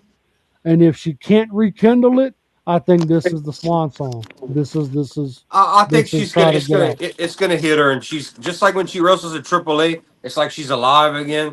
Mm-hmm. I think her going with one of her best friends, Mercedes. Mm-hmm. I think her going wrestle this new locker room of women, helping them out. She's done all there is to do in WWE. Yeah. All you're doing is getting older and collecting a paycheck. Tony Khan's willing to write her $5 to $6 million new contract over the course of 2 to 3 years, and she can go have a fresh start, make everybody happy. No held back Bailey in the ring. That would be great. Right. Yeah. I think Charlotte should, even though we don't want Charlotte on our television, I think Charlotte 2 years ago when she was pissed off should have pulled a move like her dad. Wait, take Tony Khan's money for a year, maybe 2, then went back to WWE. And I think I would have freshened her career, got her some money. She could have said she wrestled all over. I'm surprised that Rick didn't tell her, leave him. Go to AEW, get a big bag. WWE will pay you a bigger bag to come back after 2 years. I'm surprised she didn't do that. Yeah. I think if not for the fallout with Andrade, I think. Well, now with their breakup, but it's crazy because we would have said Charlotte and Bailey and Mercedes and all would have been the life. Becky's the actual lifer out of the company now. Becky is truly the one that I don't think Becky and Seth are ever going to leave. I think one day if Charlotte doesn't get them out she wants, she will go before she gets too older and will hop or try something. I do think Bailey's going to join Mercedes. I think Becky's the lifer out of the 4. Yeah. I think she is. And you know what would be even it's more insane? Just hear me out. How cool would it be for those magical 4 horsewomen of NXT? I knew you were coming. Actually, have the actual 4 horsewomen of MMA join them in AEW. You said it. 2 of those MMA women can't. We think Marina can be bad. The other 2 are very bad fake wrestling. That's the whole reason they were never used. They were very bad at fake. I mean, Shayna Baszler was good. Ronda was. Shayna was the best. Ronda was good. Marina Shafir was poo, but she's a little better. The other girl is pure trash at fake wrestling. Jasmine Dukes. Yeah, she is not good at the fake stuff at all. Ooh. And the other problem you have is all the shit that Ronda's talked and her disdain now for pro wrestling. Well, she wants a match. She does want a match. She wants a match. Well, she admitted that. She admitted the whole indie thing and what she was saying about AEW was to build hype for her damn pay-per-view. But but she wants a match with Sasha. Ooh. Yeah, Tony would pay for that one day of that one-time event. He would. I'd watch it. I'd watch the shit out of that. That's what I'm actually waiting. Michael will be locked in. I've been waiting for WWE to grab what's her name? That everybody's mad at. Who? What you call's daughter? Horseman. Tessa Blanchard. Tessa Blanchard. I'll be waiting for them to grab Tessa to bring her in a Rumble. Ooh. And have her lose at Mania to Charlotte and then buy. I've been waiting for that for a couple of years. I'm gonna be honest with you, that won't happen because her ex-husband works for AAA. Oh, and she has nothing to do with anything that he has going on. Yep. Oh man. Yeah. She is. Tessa is probably CMLL bound, is what it is. She is. Well, we found that out. We reported that last week. She is definitely CMLL bound. But that also leaves the door open for her to go to AEW to do some matches. It's possible, but I don't think Tony's gonna I think Tony's too worried about the controversy, whereas TKO don't give a fuck about the controversy. You know what? Honestly, I think that shit is finally died down. In the recent matches she had in TNA, in the beginning it was hot and everybody was yelling at her, but I think like towards the end, I think the controversy with her finally died down. I don't think Tony Khan has enough control over his locker room to stop the girls from giving her trouble, even if she chills out with it. Whereas WWE's run like a business, you behave when you get out. That's why I don't, and I think Tony's too much against. I don't want to be racist. I don't. If it depends on. I don't know. You didn't see the Tessa match, right? You went to take a shit at that point. I think we went there yet. We didn't get there. We missed the Tessa match early. Yeah, Jordan went us there early. So I'm gonna tell you now. The Tessa Blanchard I saw within that ring in New Orleans was a grown up Tessa Blanchard. Okay, well, everybody gets older. She was a hell of a lot like more mature with the way that she handled. Everybody gets older. Business. And so, I think within a locker room she can hold her own now. I think because Tony doesn't have control over they're good now because you got so many Stardom women that get along. And he got rid of the two cancers. He got rid of Dr. DDS and he got rid of fucking Jade, who was egging it on. So now you got a bunch of women that are friends. Yeah. But let's not forget this controversy went through Stardom and through some other companies and through some of these girls are not. Yeah. I don't think Tony has enough control over his locker room to make them behave. Whereas she might not say anything, they'll give trouble. But we know that TNA, even before the WWE partnership, they don't give a fuck how much of a piece of trash human being you are. They need talent, they will sign you. Yeah. From Del Rio to fucking Big Mike, fucking that was pissing on his girlfriend to you name it. Yeah. They hire anybody with any kind of rap sheet. Rich Swann beating on his girlfriend or wife. I mean, TNA don't care. WWE, TKO, they don't care who they offend. They're like, we are money. I think Tony Khan's more afraid of offending people. I got a feeling that she's gonna show up when AEW does the Mexico shows. She's gonna show up then. That's when she could now with the CMLL partnership. Now she has a legit way in. Yeah. You can, and if I was Tony Khan, I'd at least give her a trial run, especially if you're gonna be in Mexico. Do it then. Do it then. I would definitely put her on the card for that. She would have to bury some hatches, but I think she could. I think the Tessa Blanchard now can. The one I think Athena. I think Athena would be the one to give her shit. I'm gonna be honest with y'all. I think Athena would be like, "This is real, bitch." I think Athena would go right up to her in her face. Really? And still let it happen. I'm here for it. Yep. No, I don't mean fake or to build a story. I think Athena would go backstage and get in her face. And that's fine. If she got to take her licks for past transgressions, she'd have to. But that's what I'm saying. I think this Tessa. Who is that AEW? I know it's RH. Who is that AEW or locker room going to listen to? Athena or Tessa Blanchard? Athena. Neither. Athena. Well, yeah, but Athena, in my opinion, doesn't have. She never had a problem with her. It was Chelsea Green. Chelsea Green had a problem with her. But I've heard Athena make some comments about it because I think it was a friend of hers that the comments were made about. And Tessa's done it more than once. She did it. She said some stuff, I believe, when she did a little Stardom run too. I could be wrong, but she said some things in some places. So let's be real. Your locker room leaders in AEW Women's Division are Tony Storm, Chris Statlander. You got Statlander blew it on that interview, and that's what Tony signed Thekla. But Thekla will be one day, but Tony's not there right now. Right. But your veterans like Athena, even if she's, Mercedes, Tony's going to hand it to Mercedes. Yeah. So her coming in changed that, but Statlander is still, regardless of how y'all feel about it, she was a top woman. She was always a locker room chick, bro. She always kept that. That interview she did where she was so weak, hurt. I mean, it just, I don't know if I'm good enough, and that's not a leader. That's not a leader at all. It damaged her big time, and she's never been given the rub since. They pulled that title off her within 7 days. If anyone was more of a locker room leader, like a women's locker room, it would be Thunder Rosa. Yeah, who would have a problem with Tessa? But she didn't know. She didn't know. I heard she had comments too. I mean, it would be the veterans. The older girls are the locker room leaders over there. Yeah. Mercedes as well. Let me do a thing. I don't know what you're looking for, but I mean, I remember Athena making comments years ago about her. I remember, and I want to say Thunder Rosa had some kind of comments or something, but. Wow. Okay, here we go. Chrissy Rivera, who has also wrestled for GCW and CZW.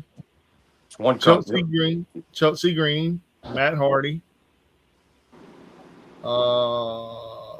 That's 4 companies right there. Sure. That's only it.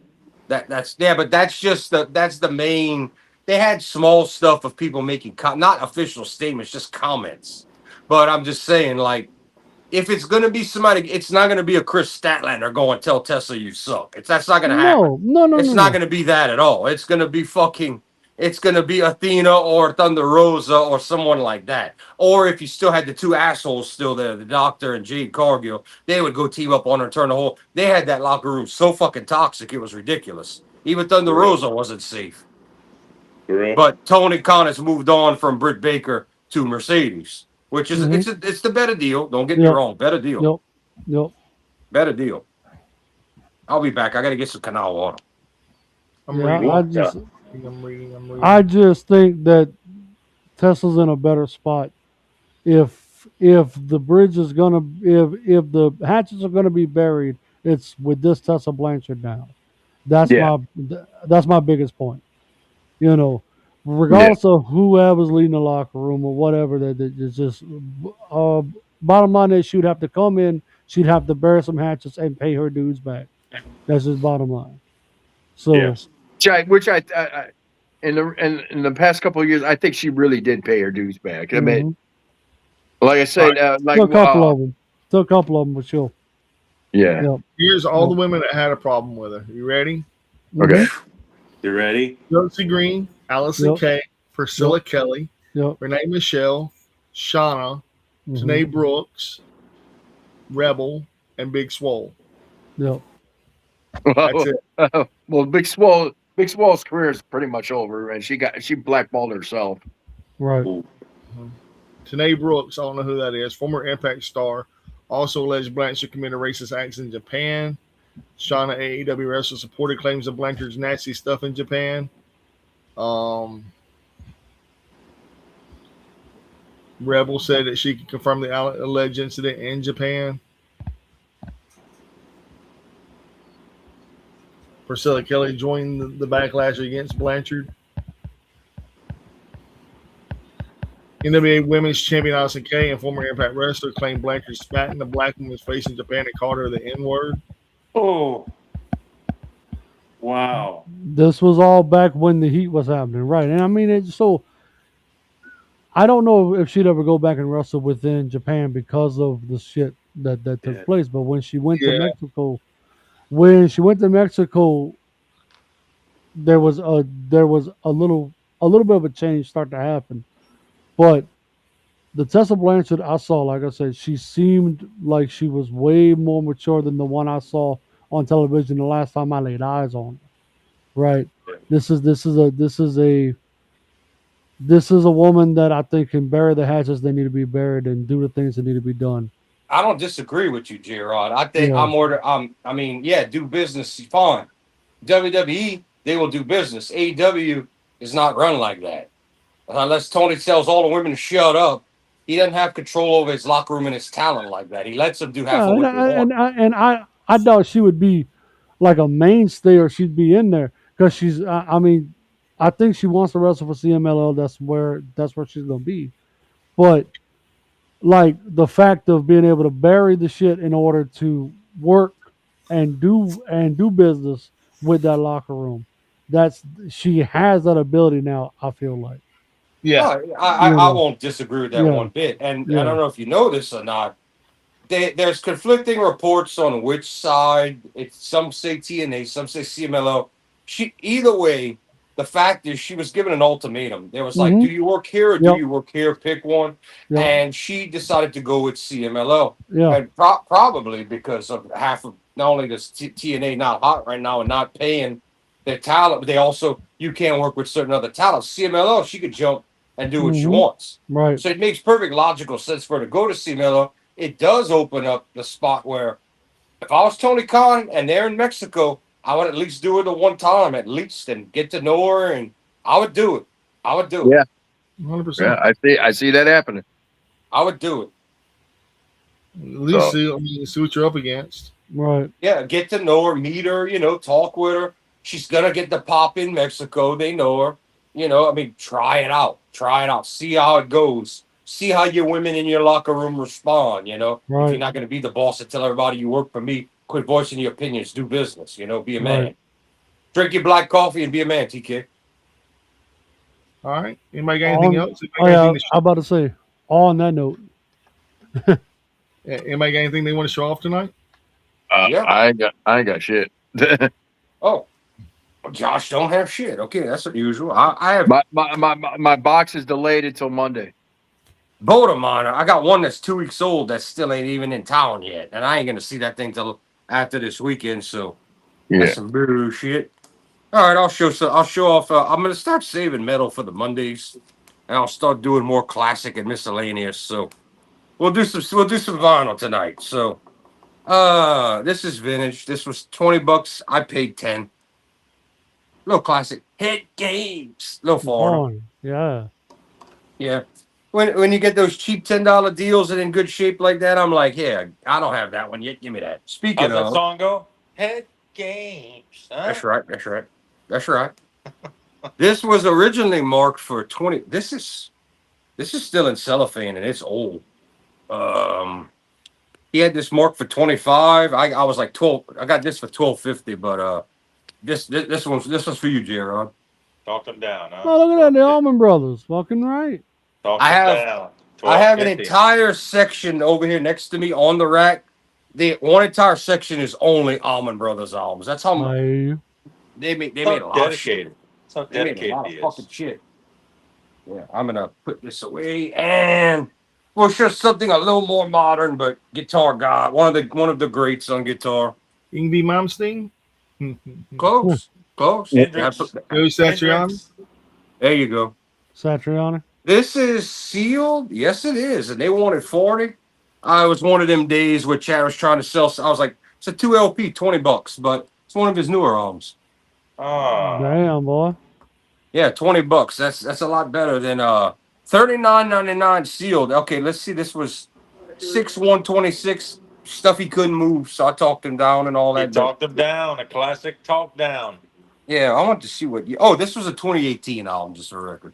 But yeah, I've never heard it. We know Joe. We know Joe Skeller tells a story like he's singing without singing. So I know I will not be pissed off by that at all. So yeah, that's what I got for today. That's it. That's it. I'm only bro. That's all you got. That's all you get.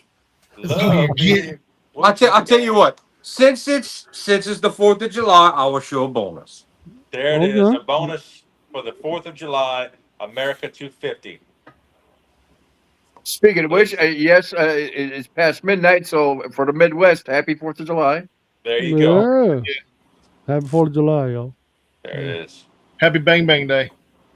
Bang Bang Gang. We're gonna celebrate the 4th here with Currency.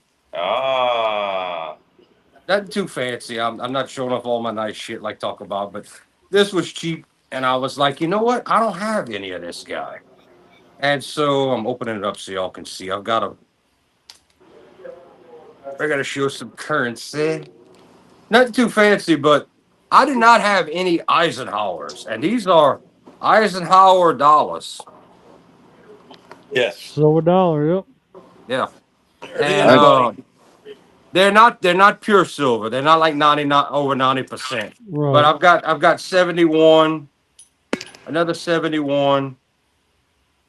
70, 76, Yeah. 71, 76, 71, and 76. And yeah, I got this whole 1, 2, 3, 1, 2, 3, 4, 5, 7 of them, $15. Talk them down. No, I didn't talk him down. He was like, I just want, he says, like, he's like, 15 they're not each or 15 altogether? 15 altogether, brother. Oh, nice. Brother. That's why What a hey, I deal, did that brother. during that gold and silver sale. I said, you know what?